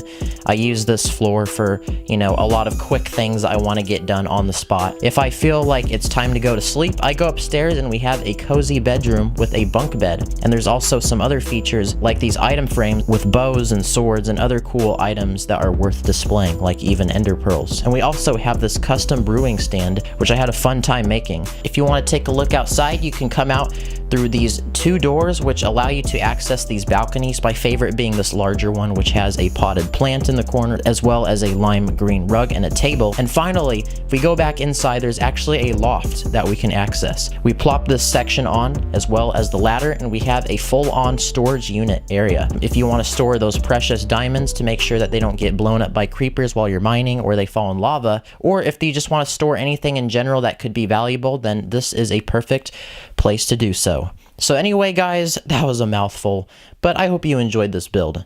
And there we go, ladies and gentlemen. That was our comparison of the noob versus the amateur versus the pro house in Minecraft. Which kind of builder do you think you are? Tell me in the comments below. Special thanks to Sigbricks and Peter. They went out of their way to help make this video possible, which deserves a crazy amount of respect. I seriously can't thank these people enough because they put a lot of dedication and sweat into this, so really super mad respect to these people. You guys got to go check them out because they don't just make Minecraft stuff, but they make a ton of other great content which you guys are going to want to check out, so I will link them down below. Anyway, that was the video. I hope you enjoyed these 3 builds. Like, comment, share, subscribe. I'll catch you on the flippity flop. Drink lots of water, don't go too crazy, and keep on building. And with the recent Minecraft sets that came out this year, I wanted to get my hands on my favorite of them, and that is the Minecraft Village Raid. And I absolutely love this set. I love the custom villagers and the Ravager and a lot of other neat details, but like a lot of other sets I've owned in the past, you know, there's room for improvement. So because of that, I took the set and transformed it into a much better version, which we're going to take a look at in today's video. So anyway, I'm going to stop talking. Let's get this bread.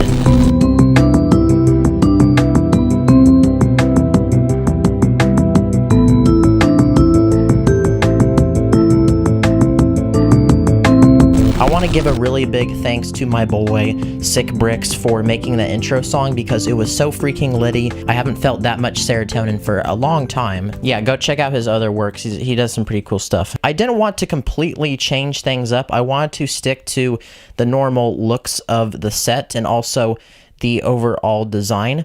So basically we have 3, or I guess you could say 4 separate sections to this build. The first being this desert well, which is fairly small. It's not part of the actual set, but I thought it would be a fun detail to include because every village in the desert would need a source of water. We have a villager who is getting his fresh refill on the limited edition Taco Bell Baja Blast. And then moving over, we have our somewhat larger portion, and this was actually the first thing I worked on, and we have a village farm. So I created these watermelon designs. We have a little beet farm for our boy Dwight Schrute, and then we also have some hay barrels, and then we have a villager who's just kind of harvesting, and sadly I can't like put a hoe in his arms because he don't got hoes though. And then for the main portion of this build, we have this large, I like to call this an adobe house. At least in Mexico, that's what they call houses that kind of have this type of architecture. On the left side of the build, we have a stable for Donkey. He's gonna be making some waffles. And then also, if you come inside, there's just like a basic little house with a furnace, crafting table, and also a nice little lime green rug, which is like in the actual set, and then a bed. And then we take the staircase up to the 2nd floor, and things get kind of spicy up here because we have like a full-on nook with a librarian kind of workshop. So we have some bookshelves and also a lectern. I really like the way that this design turned out. And then finally, in the very middle of the build, we have just kind of like a savanna biome. And then you can't forget that there's this raid that's occurring, kind of similar to what happened to my neighbor's house a few days ago. We have some custom pillager minifigs. We also have like this really super cool Kai minifig. I want to actually make a meme about this, like Kai at 1080p, and then you have Kai like at 240p. So like, you know, I thought that would just, okay, I sound stupid. So there you go, guys. That was the video. I've just been chilling on Minecraft a lot, and I've been a true gamer, so big high five to everyone who's been following the same path as me. So thank you, bro gamers. I will see you in the next video. Catch you guys on the flippity flop, and video. We're going to be taking a look at 10 Minecraft biomes. So if you guys don't know Minecraft, well, you should. So I'm not going to even bother to explain. But despite that, Minecraft has a lot of these really awesome biomes. If you go to official Minecraft wiki, there's like 40 or more of them. So yeah, there's a lot. So because of that, I wasn't able to include all of them in this video, but I included 10 really super significant ones that are common, rare, or, just, very diverse in general. So if you play Minecraft and you like Minecraft and you also like Lego, then you're probably drooling right now on your keyboard. So because of that, I'm not gonna waste your time, and let's get right into the video. So starting at number 1, the first biome I actually built is the coral reef biome. So this is the only non-land biome I built. This is actually an ocean biome. Obviously it's a coral reef, but running across them is usually an awesome experience because of just how colorful they are. There's a total of 5 different colors of coral. I only included 4 here, and I included a lot of the general plants and mobs that you would find in this biome, like sea pickles, kelp, seagrass. I included a dolphin from one of the official sets, and also this custom-made pufferfish. Oh, that's so cute. For number 2, we enter one of the more colder climates, and right here we have snowy plains. Now, this is very similar to a regular grassy plains in that there's no trees and there's a lot of empty open land. Except with snowy plains, it gets a little more interesting because here we'll find a lot of special mobs like polar bears, and there's also a lot of snow and ice. But I will say, using these polar bears from one of the official sets was really super fun to include. Now, continuing our way through the snowy, cold world, we have ice spikes. Now, I will say, this is a very random biome. It's very rare. Running into these is like once in a lifetime, I guess you could say. My whole entire experience of playing Minecraft, which is like a year or 2, I've only ran into this biome like once or twice, I think. Recreating this in Lego was really fun, and basically for the ice spikes, I used a lot of light blue bricks. That's pretty much like what 90% of this build is, as well as I topped it off with some snow using some 2x2 white tiles. And also we have our special skeleton, or our special mob, that specifically spawns in cold climates like this. So now we're entering a more warmer biome, I guess you could say, and here we have the savanna. Now, my favorite part about this, and definitely the most, the most eye-catching feature, is the acacia tree. I want to use the design that we see in one of the newer Minecraft sets. For this entire tree, I only used 1 dark orange plate, yet it gives it such an appealing look. Now, moving along the warmer climates, we have the desert. So this structure right here is actually a super rare one. For all the Minecraft gamers out there, you know what I'm talking about. This is like a desert well, I think. It's built out of sandstone, so to impersonate that, I used these masonry bricks in tan. To impersonate the little dead plants scattered throughout the desert, I used these dark orange stems, and also I built this custom cactus piece, which I think looks pretty awesome. And moving along, we have probably my favorite biome, just because of, how lush and how interesting it is to explore, and that is the jungle. What I love about jungle biomes is just, how lush they are. There's a lot of grass and shrubbery and vines, and just a lot of plant life that grows in these biomes. So because of that, I want to basically just completely cover the ground with just plants. We have this big tree in the middle, which extends all the way up a large canopy, and generally jungle trees are 2 blocks wide. So this is a very thick tree. Very, very thick. Now, this is that one biome that I don't really know how to categorize, honestly, but it's kind of like just a regular birch oak forest, because of course I included a birch tree and an oak tree. But in addition to that, there's also a lot of flowers, so this could kind of be like a flower biome. I included some other details, like some common mobs. Oak trees usually drop apples, so we have Alex just chilling and enjoying her fresh apple. And for one of our larger biomes, we have the grassy plains. This is probably the most common biome, and also the most common biome to find villages in. And villages are usually pretty basic, so I created this basic hut. But the roof comes off and we can see inside where there's just a bed and a bed table. Outside, there's a lot of things that you would find in a usual village, like a little agricultural spot with some melons growing, a lot of hay bales. We have an iron golem, some animals like chickens just crapping eggs everywhere, and also some Minecraft villagers. And they're just looking at each other and talking, probably. Now, I saved this biome towards the end of the video because it's probably one of my favorites, and it's also the rarest biome, I believe, and that is Mushroom Island. So as the name says, it's an island, and what's really super interesting about this is Mushroom Island doesn't spawn mobs. So say goodbye to spiders, say goodbye to zombies. There's literally no mobs that can spawn in this biome, which just makes it so dope. But anyway, probably my favorite biome to make, just because of the simplicity and also how cool it is. And finally, for our last biome, definitely my favorite, is the Nether. So I just love the Nether because of just how crazy it is. It puts me on edge, and it's just a really dangerous but adventurous place to go to. And it's like a whole new world. I mean, it is a whole new world. It's the Nether. But specifically, what I like about it was including this little Nether fortress structure. I just love going on these and fighting blazes, so I included a blaze. And also, I included some lava, which is falling from the bridge. I wanted to just make this look really drastic, and also have a part of the bridge that's like destroyed. So there you go, guys. That was the video. I will say I really enjoyed making this. Just including all these biomes from Minecraft brought out my creative juices, and hopefully you can take a lot of these designs as food for thought. In the meantime, I'll catch you guys in the next one, so thanks for watching, and like always, the video, I'm going to be teaching you 10 easy items that you can make in Minecraft. Now, before I begin, I want to mention I am aware there are a lot of Lego Minecraft sets out in the market, so I did my research and I made sure that these were all original designs and not just copies from the actual sets. And I'm being serious by this. The Lego Minecraft sets are beautiful, and I'd love to get my hands on one of them soon. Also, I just want to mention real quick, if you came to this video to watch something specific, check the description for the timestamps. But anyway, I'm just going to leave you at that, so let's get right into this.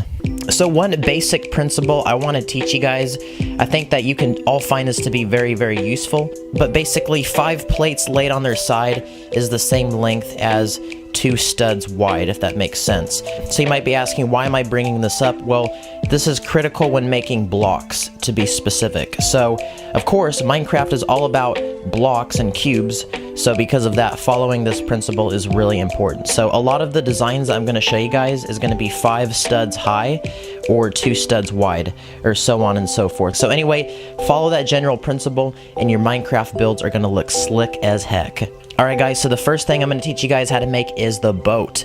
Now this is my personal favorite design because of how simple it is. So to make the actual boat, take a 2x4 plate and on the top, connect 8 of these snot bricks and have the studs on the sides facing in every direction. Now grab 6 of these jumper plates and connect those to create a finish. And you'll have a nice edge where your minifigure can just kind of fit snug in place. Now, of course, we got the boat, but we got to make the oars. So to make the oars, you're going to need these 4 stud-long bar pieces. Connect whatever the heck these things are called. They're these little connectors with the clips at the ends. And last but not least, on the ends of those clips, grab some 2x2 tiles, or in this case, I'm using jumper plates, and those are going to serve as the actual paddles. So there you go. Go sail away. Okay, so since we talked about water, why don't we talk about land? So, of course, the ideal transportation for land in Minecraft is rail. So what I put together is the smallest possible version I could make of a minecart. So to make this minecart, take 2 1x2 bricks and 2 1x2 plates and stack those on top of each other just like so. Doesn't matter which order. On the top and bottom of this assembly, you're going to connect a total of 4 of these panel pieces, 2 that go up and 2 that go down. You're going to connect those on the bottom and the top of the assembly. And this is critical. You will need these pieces in order to connect these 2x4 tiles, which connect directly to the sides just like this. And if you want to give extra detail and cover up those ugly studs, you certainly can. Just take some tiles and cover it up just like that. In this case, for the very end, I'm using an inverted tile. And also, you got to remember to include a rail, of course, for the minecart to go on. So take some jumper plates, and on top of that, just layer these gray tiles to represent the actual rails. Okay, now I know that Lego makes these custom printed dynamite sticks, but I mean, not everyone's gonna own one of those. So because of that, I came up with my own design right here. You're gonna take 2 2x2 plates, place them on top of each other, preferably in the color red, and then on top of that, connect a 2x2 white plate to represent the middle of the stick of dynamite, and then finally a 2x2 plate on top in the color red, 2x2 jumper plate in the color red, and then on top of that little stud, or nipple as I like to call it, just place a 1x1 tile in the color black. And there you go, you have a stick of dynamite. Next up, I want to talk about grass. We all love grass. In Minecraft, the grass has a very distinct look. So this can be easily accomplished with what I like to call an illegal building technique. All you really need are these preferably sand green 1x2 tiles. But anyway, take those tiles and you're going to layer them on their sides. and they're going to be fixed in between these studs. And make sure that you put it at a cross pattern, just like that. So there you go. We have a blocky looking grass design, just like Minecraft. Next up, we got fire. This is a pretty fuego build, so what you're going to really need to make this, just use your resources and your creativity. You can use transparent plates, studs, whatever the heck you have. And then last but not least, on top, I'm going to stack these cheese slopes, and those go on and give some texture to the fire and give it a realistic look. Next up, we got the torch. So this torch is actually really easy to make. Take a 1x1 brown brick. On top of that, grab one of these unique looking snot bricks that have studs in all 4 directions and on top, and from there connect these transparent plates, preferably in orange or yellow, whatever you have available, and those go on just like that. Next up, this is completely random, but I figured I'd show this because I mean who doesn't like sugar? But seriously, we got sugar cane, but as you can see here, I just randomized a bunch of studs, bricks, and cylinder bricks of specifically this lime green color. So I know that Minecraft is blocky and stuff, but you got to add in some circular pieces to give some texture. So I think that does the thing with the circular bricks and the regular bricks, just like that. Next up, we have something that you definitely don't want to touch in Minecraft, and that is cactus. Now what's super weird about this is the inclusion of those black studs, but if you look from the actual game, the cactus has a slightly black tint, so from a distance your eye blends it in and the color contrast looks pretty fitting for a Minecraft look, I guess you can say. So to accomplish this, grab a 2x2 brick, preferably in the color green. On top of that, you're going to place 4 of these snot bricks, but make sure that the studs are facing in each direction. On top of that, connect 2 of these 2x2 plates, and once again repeat the process of the 4 snot bricks facing in each direction. From there, place a 2x2 plate on top in the color green because this will be exposed, and on the sides take 4 of these 2x4 plates, and if you wish, you don't have to, but you can add these black studs in between the studs of the plate to give some nice little color finish, and then you're just going to add those to the snot bricks on the sides. And for our next design, I honestly was kind of saving this one because it's personally one of my favorites. So here we have a birch tree. Now this one looks really complicated, but to be honest with you, it's seriously not. So just take a bunch of these white and black plates and just randomize them, as you can see what I've done here. And I've created a large 2x2 column that goes all the way up. Continuing from there, you're just going to connect 4 of these snot bricks and have the studs face in each direction. From there, you're going to take out all of these green bricks, and we're going to create the actual leaves for the tree. First off, grab a 2x6 brick, and on top, place a 2x2 brick. Now, we're going to make 2 of these assemblies, so keep that in mind. The next set of assemblies we're going to make 2 of these, by the way. Grab 2 2x3 bricks, and on top, connect 2 2x2 bricks. So first off, grab your assemblies that are 2x6 and you're going to place those on the side, and in between those, sandwiched in between those, you're going to grab your assemblies that are 2x3 studs, and then you're going to place it on top. And for the final tip of the tree, grab a 2x4 brick, connect a 2x2 brick on top, and last but not least, set that on the very top of the tree, just like that. And there we go, we have our very own Minecraft tree. I think that actually looks pretty neat. And before we check out the last design, I just want to give some quick honorable mentions. The reason why I didn't include these is either because I found out that they were actual Lego assemblies or designs, or I just simply didn't like them. So first off, we got ore. In addition to that, we got some wood in a weird color. Not sure the legitimacy of this. And then also we got glass, which I guess could be pretty legitimate, but I don't know what about this I don't like. Seriously though. And last but not least, I want to take a look at a combination of lava and water. Now this is super legitimate. All of you guys can use this. For the lava, I just randomized a bunch of transparent orange and opaque orange plates and bricks, which create this nice looking effect. I believe the actual Lego sets use this design, so sorry for snitching that, but seriously, the same applies to water, except we're using a slightly different style here. As you can see, I've just used these straight up 1x2x5 wall pieces in this color, but that's not a super common color now, is it? So what you can do in substitution for that, you can just take transparent bricks in the color blue and alternate them with regular color bricks. Just for fun, I included some obsidian because that's what happens when you combine water and lava, so Wait, am I right? Yeah, I'm pretty sure I'm right. I play Minecraft. But anyway, to make this, just grab some black plates and alternate it with some of these purple studs, and you got some sexy looking obsidian. Good luck mining that. So there you go, guys. That was the video. I'll catch you guys in the next video. If you have any suggestions for me in terms of Minecraft style builds, please comment down below. Subscribe if you haven't. Follow me on Instagram for updates and special announcements. It's just TD Bricks, like my channel name. Anyway, catch you guys in the next video. See you later, and peace. Hey, what's up, boys and girls? It's me, Ty, and welcome back to another video. Excuse me, I just got off the battle bus with my boys, and we can't really find tilted towers. I just got a $50 dono in my chat to crank some 90s on this one sweaty player. Okay, wait, I'm confused. Aren't you a guy like from Fortnite? Actually, I'm trying to find electrical right now. Okay, that's sus. I think you guys are like in the wrong video game. Like, this is Minecraft, you know? Okay, so anyway, as I was saying, this is actually my first video of 2022. It's a new year, and I want to make this year a good one. I'm going for quality over quantity. I don't care if a video takes me 2 weeks to make. I'm gonna upload it when I feel happy about it. So here's my offering of gold, frankincense, and myrrh to all the Minecraft fans out there, because recently I challenged myself to recreate a Minecraft village in Lego. Let's get into this.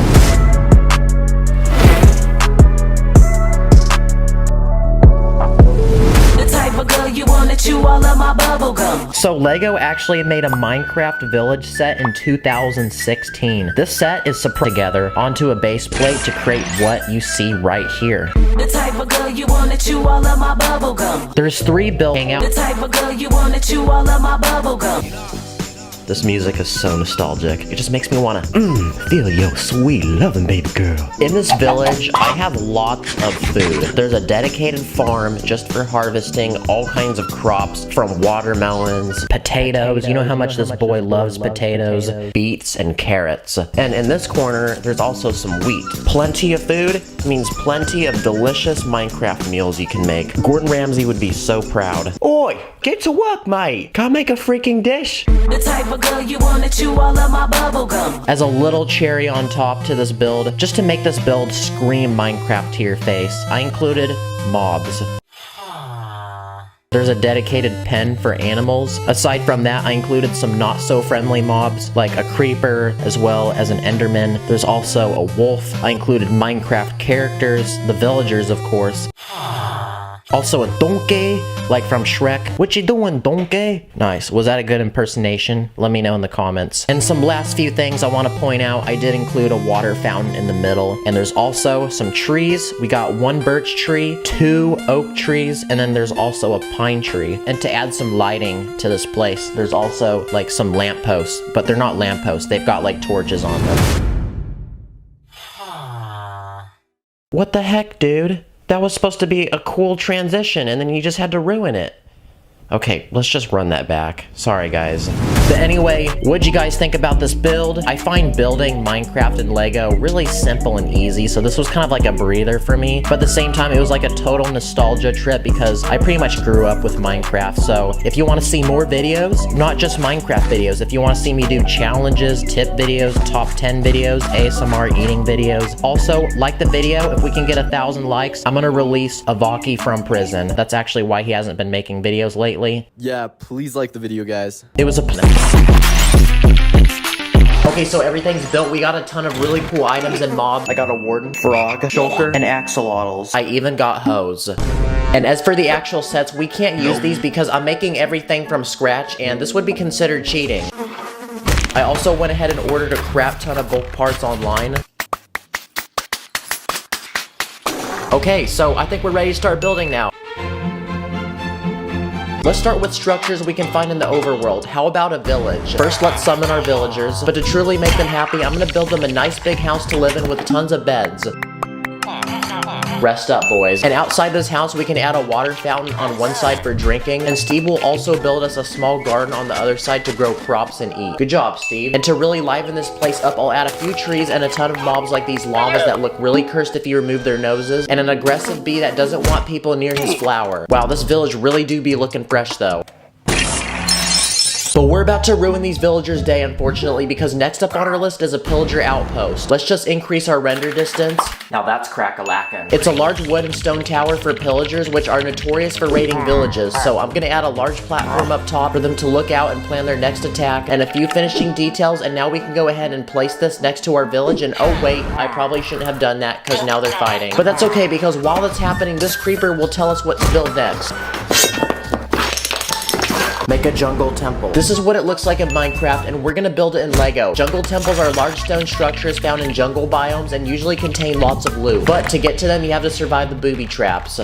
But while he scores that loot, we're gonna finish this temple adding some vegetation to make it look like it hasn't been explored for thousands of years. And now we have another thing to check off on our list. Now let's go somewhere really cold and icy, cause how about we make an igloo? It's pretty much a tiny house made from snow. So we can start forming the walls of this house, and since Steve is a complete noob that can't build a decent looking house, we're gonna move him into this snow house. So let's add some amenities inside, and in you go, Steve. Let's now add a roof and a few mobs outside. That house do be looking icy though. Now it's time to travel from the freezing cold to the middle of the desert, cause next up is a pyramid. These are pretty cool to run into because they have two special pillars on the front with interesting patterns and a single entrance. And since desert pyramids are made from sandstone, we're gonna need a lot of tan pieces to make one of these, so after some building, I think we've achieved something similar enough to one in the game. Pyramids also have deep wells with treasure on the bottom, just don't step on the pressure plate. Wait, Steve, what are you doing? Oh my. Another thing you can find in the middle of the desert is a well, which is also one of the few places you can find water. And since they're small, they're easy to make, so just like that, Steve has a place to get water so he can practice his MLG bucket tricks. Oh yeah, the Ender Dragon wanted to remind y'all that this video is sponsored by Dragon City, which is a free mobile game where you can collect over 1,000 dragons with special abilities, breed them, raise them, train them, take them into battle, and build your own dragon empire. This dragon's made out of Lego. If you have friends that play, you can go into PvP battles with them and make your dragon so powerful that you'll make this Ender Dragon right here look like a major L. You'll even find dragons of your favorite YouTubers like Mr. Beast, Lachlan, Dream, and a lot more. There's even daily prizes, new dragons constantly getting added, and exclusive events to win rewards. So I encourage each of you to download Dragon City. It's free and easy to do, and you can always change your mind. So click the link below or scan this QR code, become a Dragon Master, and you'll also be able to secure a free starter pack to flex on all your friends, including 70,000 food and your very own dragon. So anyway, back to building, y'all. Another common overworld structure on our list is a swamp hut, but to make this really feel like a swamp, I'm gonna build a very, very moist landscape. I'm gonna add a tree, lily pad, and the frog we got earlier. Now, swamp huts are tiny wood houses, and on the inside you can usually find a crafting table, cauldron, and a witch. What are you doing in my swamp? That was easy money. Next structure. And our last overworld structure on our list, which is also the largest, is a woodland mansion. This house is so big, I'm going to need 9 base plates to make this. Good thing I bought all those bricks earlier because this is going to require a lot of pieces. I also have Minecraft loaded on my computer for reference. So I started by forming the first floor, which had some interesting patterns on the exterior walls. Then I went ahead and made the second floor, this time adding a ton of windows. I then went ahead and built a giant roof, but left an opening to build one final level because woodland mansions usually have 3 floors. That's looking pretty spicy, so let's add the last bit of our roof. And honestly, this is still looking kind of boring, so I say we add some trees and mobs to go around this mansion and really show how big this thing actually is. This has honestly always been a dream of mine, making a woodland mansion in Lego, and we actually did it. There you go, that finishes all of our overworld builds. Okay, so we just built things you can find overground. Now it's time to build things we can find underground. Let's start with a dungeon, which is a tiny stone room where scary mobs spawn. So I'll go ahead and build a few walls with moss growing on them, add a spawner, and a few chests with loot. And since I hate spiders, it's time to face my fear and include a few of those. Steve, you can go deal with them. Another dark and creepy place you can find underground is an abandoned mine shaft. So to make one in Lego, I'm gonna fill the cave walls with coal, iron, gold, and diamonds so Steve can get dripped up in the finest armor possible. I'm also gonna add wooden supports to keep the cave walls from crashing in, and also a minecart track with a minecart, that way Steve can get around the cave more efficiently. A few more final touches, a chef's kiss, and this place really does look creepy and abandoned. Now, out of all these places we visited, probably the creepiest of all of them is an ancient city, and at the center of the city is a giant portal, so I'm gonna build this in Lego.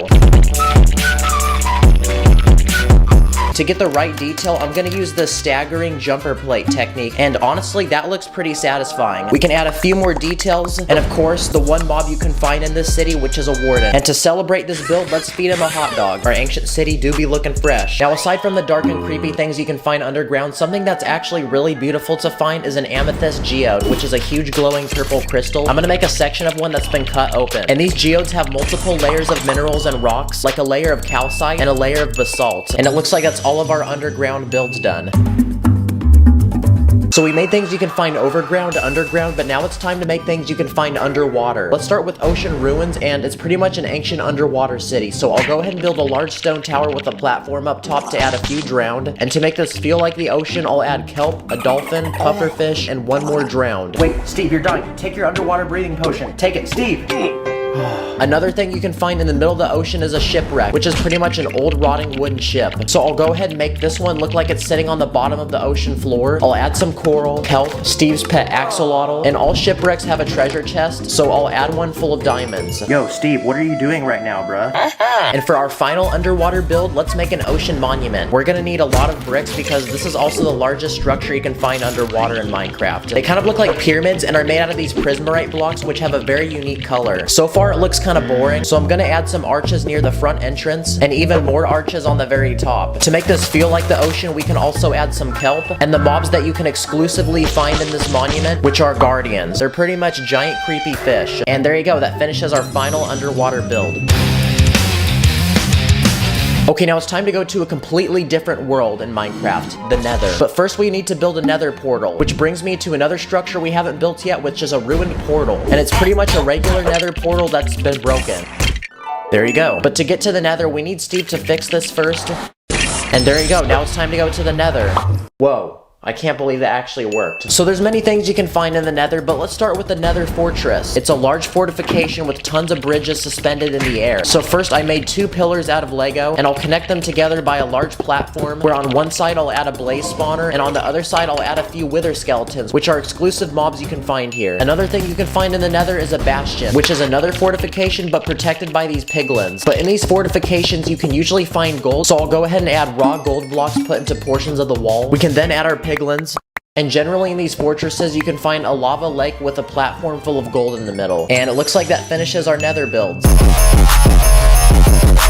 Our final world to visit on our Minecraft journey is the end. But first we need to make a stronghold, which is a secret underground room containing a portal to get there. End portals are usually suspended above a pool of lava, and they're exclusive to these strongholds, so I went ahead and built one in Lego. So to have it suspended, I'm gonna use some transparent bricks. And leading up to the portal, I'm gonna add a staircase with a silverfish spawner. This is that one mob that I find annoying and cute at the same time. Frick this silverfish. And just like that, it's time to travel to the end, so let's place down our Eyes of Ender.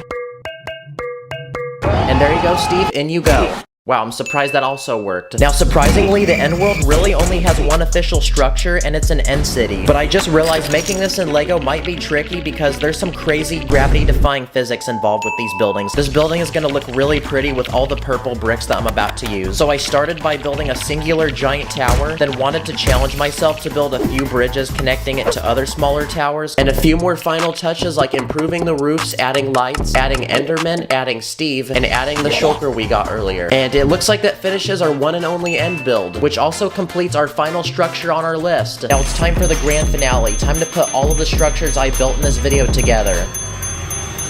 Now that looks pretty cool. I built this all in 4 days, by the way. Thank you, Dragon City, for sponsoring this video. Again, click the link below or scan this code to download the game, get your own starter pack, and have a head start in the game. This was definitely one of the hardest challenges I've ever done, but this is low-key making me want to get on Minecraft, so I'm gonna go do that, and I'll catch you guys in the next one. See you later. This is a Lego base plate, and this is 15 Lego base plates. Wow. In the next 50 hours, I'm gonna challenge myself to transform this space into a complete Minecraft world. Will this be a success or a failure? Let's find out, people. Okay, so the space I have to build on is 96 by 128 studs. It's all just ocean right now, there's nothing. Which means we're gonna need a lot of Lego pieces. So let's make a quick run to the Lego store. Okay, so since this is a Minecraft world, we're gonna need some Minecraft sets. So let's go cop some sets right now. Minecraft right here, boys. We're gonna get this bunny set. Get one of those. This is a $10 one. Alright, code 12005. Do you take Lego currency? I went into free play to get all these. I believe you, but unfortunately. Are you sure? Sorry about that. I'll just pay with debit then. Appreciate it. Have a good one. So now we're gonna take this back to the crib and we're gonna go start our Minecraft world. So let's go right now. Okay, so back at the crib, it was time to unbox the sets. Okay, this one's pretty cool. It's got a bouncing bunny on it. It's also got this. But there's one problem I realized. Since this has to be a custom Minecraft world, using complete sets to fill in the spaces would pretty much be cheating. So my next logical step was to dump out all the bags I bought and figure out what parts, minifigures, and accessories I would likely use. Here's a rabbit, sunflower, zombie, weird skin that nobody would ever use in the game. As for all these other pieces, they're gonna be used to help make this build. And lastly, I ordered some bricks. If only these were bags of money.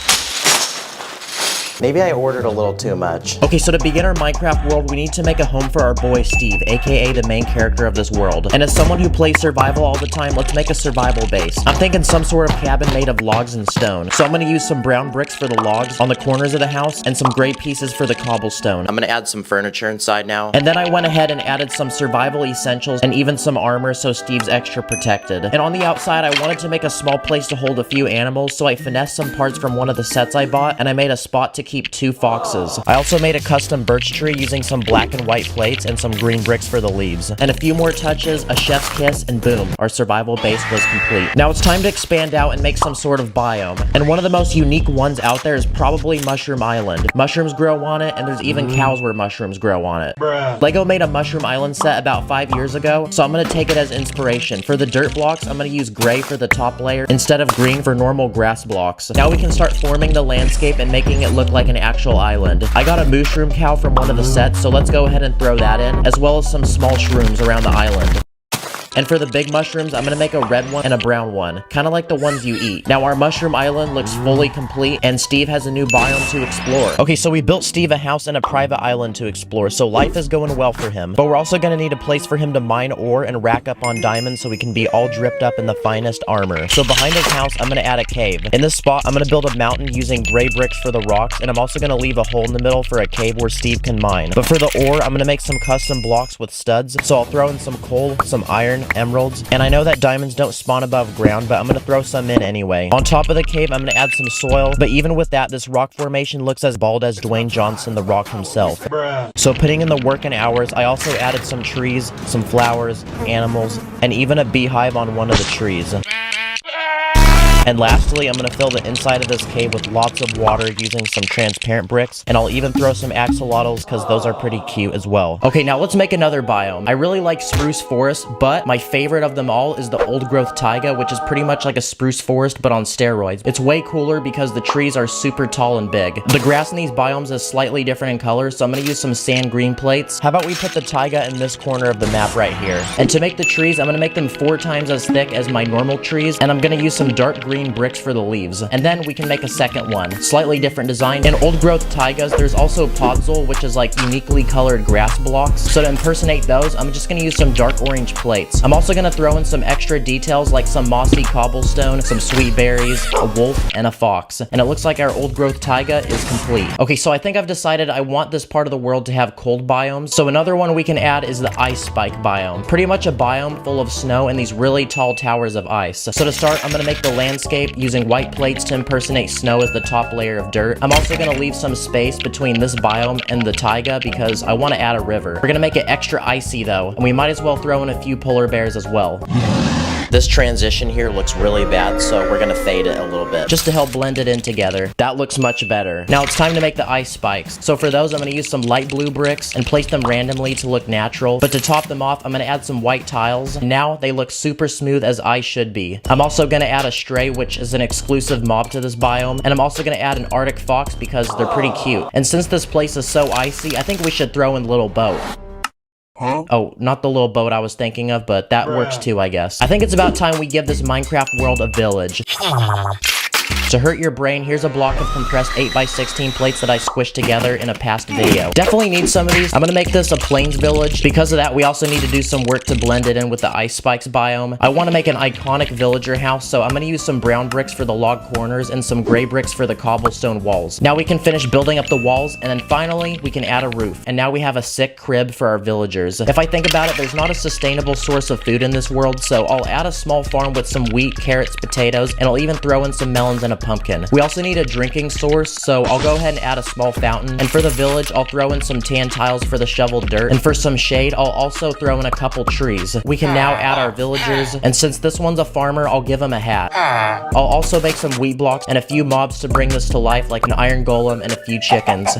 Okay, this is ironic, but what if we included a world inside a world? So I grabbed some black and purple parts to make a nether portal because we're gonna recreate the nether. Let's start with some simple landscaping, which uses dark red bricks for netherrack. Man, that's so tedious. Now it's time to make my favorite thing to find in the nether, which is a nether fortress. So I'm gonna take a ton of these modified bricks that look like actual bricks to build my way up and make this giant pillar. And on top, I'll throw a wither skeleton in, a normal skeleton, and a blaze. This build is looking a little too red for my taste, so to add some variety and color, I'm gonna throw in a warp tree using some blue bricks and plates. And lastly, let's add some lava to make this place extra dangerous looking as it should be, and a few extra mobs like this magma cube that I got from one of the sets I bought, and this thing's pretty satisfying. And voila, our nether world is officially complete. Okay, so now let's go back over to Mushroom Island and start adding stuff near it. Personally, my favorite biome in Minecraft is the jungle. It's a rare biome, and when you run into one, you feel super happy. It's also super lush and it looks pretty. So let's start by forming the landscape and figuring out where this is going to be in our world. We definitely need to make one of the iconic jungle trees, so I'm gonna build a thick pillar of brown bricks for the trunk, and I'm gonna top it off with some green bricks for the leaves. Let's also add some cocoa beans. Now we can start adding some ground level plants to make this really look like a jungle. Sadly, I don't have any Minecraft pandas we can use in this build. I guess this will work.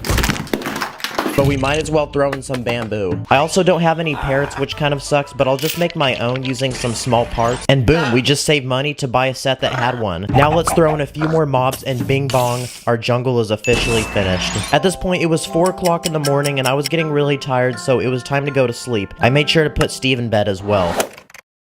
I want to add another warm biome to go with the jungle, and an iconic one I can think off the top of my head is the savanna. It's a biome that looks like Africa. I'm going to use a slightly different color of green to make the grass, but something unique about the savanna is that there's acacia trees, and they pretty much have gray bark. So to build them, I'm going to use some gray bricks. There's loads of grass in this biome as well, so I'm going to throw in an illegal building technique to design it, and it's where you take a tile and sandwich it in between 2 studs. Don't worry though, I'll shortly be switching states and changing my name after this video is published, so the cops don't chase me. We can add a few more final touches like a wandering trader with his 2 llamas and a cow, and bing bong, another biome secured in the bag. Another important thing to make on my list is the mesa biome. It's like the Grand Canyon but in Minecraft. So to design this biome, we're gonna need a ton of unique colors like dark orange, and we're gonna use that for the sand, which will form the landscape of this build. And as we finish that, we can start creating a mound of terracotta using multiple layers of color just to really show the effects of erosion. Lastly, we can throw in some rabbits as well as some dead plants because this biome is pretty hot. And bam, new biome unlocked for Stevie boy. And next to this mesa biome, I also want to add a desert. So I'm going to take a bunch of tan bricks and start laying out some sand because I do want to make space for something super iconic from this biome, which is the desert pyramid. Since we're running out of space, making an accurately scaled one would be a little too big to fit, so instead I'm going to make a smaller version. And to go with that, we can make some custom cactuses, add a few more plants, and 2 villagers.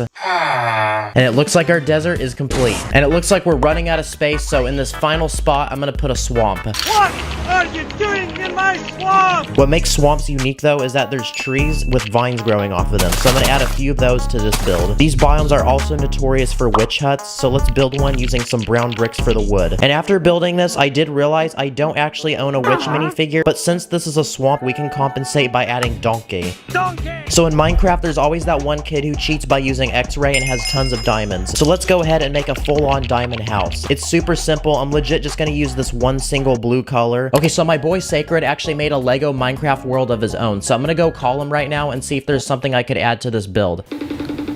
Yo, what's good, Poppy? Yo, so I made a Minecraft world, and I need you to hit me up with like an idea. What I want you to build are 2 trees burning to the ground as if they were hit with a flint and steel. Let's light this tree on fire. Next, I went onto Instagram to ask y'all what I should add to this Minecraft world, and we had some good responses. The most popular one was Technoblade, so to pay respects to his recent passing, I'm gonna make a statue of him outside of Steve's house. Here's also Steve running from a bunch of angry bees. Someone also suggested a cobblestone generator, so here's one. Also a circle cake just to make you all mad, and a spider cow. Never heard of that before, but I'm assuming I'll just replace the head of the spider with a cow, and wow, that's really cursed looking. Also a creeper walking up behind Steve, and a goat pushing Steve off a cliff. Man, Steve is just getting so tortured in this video. Lastly, someone suggested making a dirt hut, so my only logical thinking was to put it next to the diamond house. I'll also build a giant pillar of sand with a bunch of loot at the bottom to show that Steve attempted to skybase, but miserably fell to his death. Now, I had this on my list to make, but I want to recreate the end world. The problem, though, is that I'm out of table space, so it looks like we're gonna have to literally build on the floor. For the ground blocks, I'm gonna use a bunch of tan bricks. Something super iconic about this world are the obsidian pillars they had to shoot the little crystals on top of, so I'm gonna build that with black bricks and also some purple studs. I'm also gonna create the portal that you jump in after you defeat the ender dragon, and I'm also gonna make a custom ender dragon egg. And finally, we can put our ender dragon, and it looks like our end world is complete. It's crazy to realize how in 3 days we transformed what was originally an ocean as boring as moms who upload photos of their baby to Facebook to a full-on Minecraft world that someone can explore, interact with, and take as their own. Also, special thanks to Emix Music for producing a lot of the beats in this video, and most importantly, go check out Sacred's video where he made his own Minecraft world. Anything you gotta say, Sacred?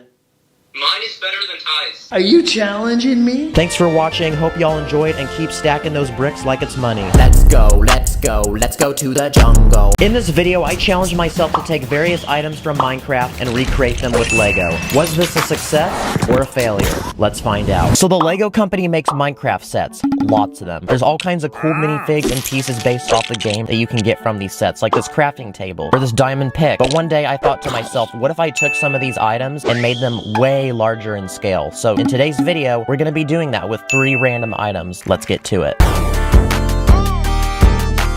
So in Minecraft, each block is 16 by 16 by 16 pixels. In Lego, you can make a perfect cube by taking a 2x2 brick and slapping 2 2x2 plates on top. Therefore, to convert Minecraft to Lego scale, I'm going to be using a brick with 2 plates for a single pixel. Then, doing my math, each block I make will be 32 studs by 32 studs by 80 plates high. I'm accepting scholarships, Harvard. Okay, so now that we know how our build's going to look, we can get started.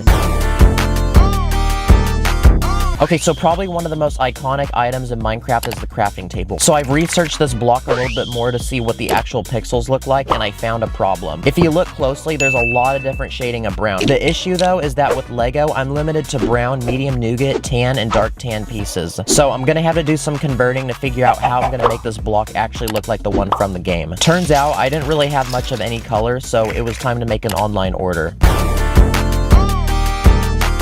Okay, people. Oh, sorry.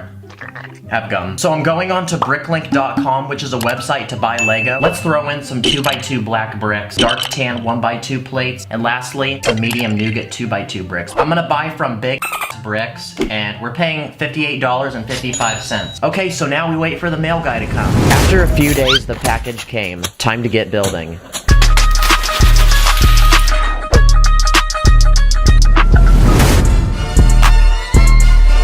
With it.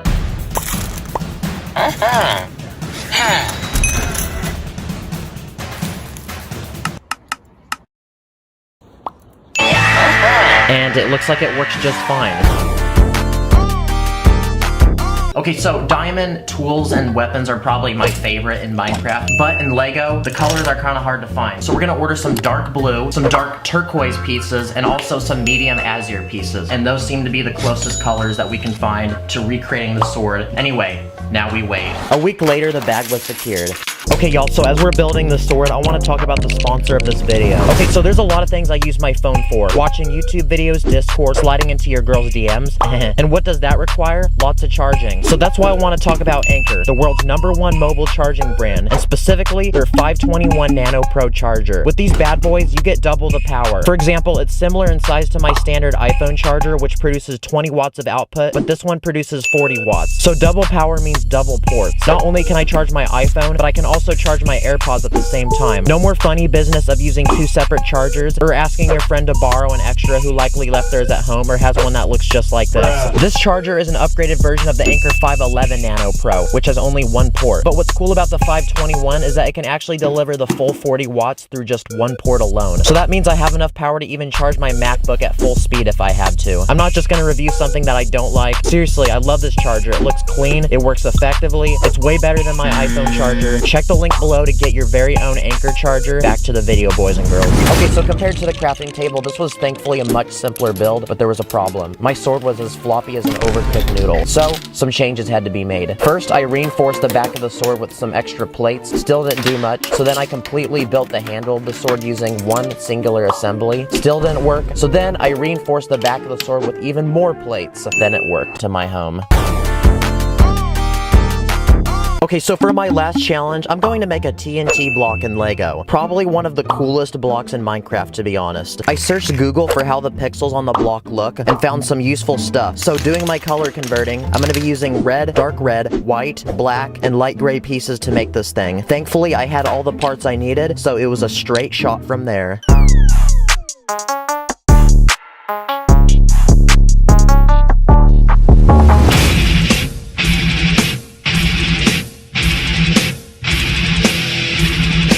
To be honest, this is probably my favorite build by far. I just really love the way this thing turned out. The colors look super accurate. I think it almost looks identical to the actual TNT block in Minecraft. I added some texture to bricks on the dark red stripes in the TNT font just to help add a little bit extra depth to the build. And it is a pretty large build too. I mean, it's a 32 by 32 base plate by 80 plates high. So divide that by 3. It's like, what, 27 bricks high, I think? Okay, so now it's time to bring this on an airplane and see if I get kicked off. Just kidding. I do want to see how durable this thing is, so I'm gonna go drop it. Okay, so we're in the mall right now, guys. I'm not gonna lie, my heart's beating, man. I'm kinda nervous, but we're gonna send this for the boys, okay?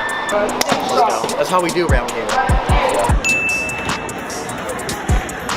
Yo, take one.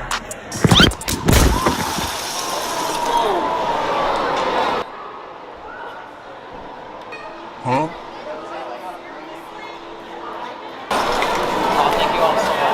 Okay, so this is the damage. Base plate didn't break at all. This cracked a little bit, but it's intact. I mean, it ain't bad. Okay, so for my final build, I wanted to do a quick little speed run. So I went to Instagram and I asked you guys what I should make, and you all had some really good suggestions, and some weird ones too. But someone recommended making a totem of undying, which in Minecraft is an item you can use to pretty much get an extra life. The Queen of England has a lot of these. So I grabbed my parts and started pushing bricks.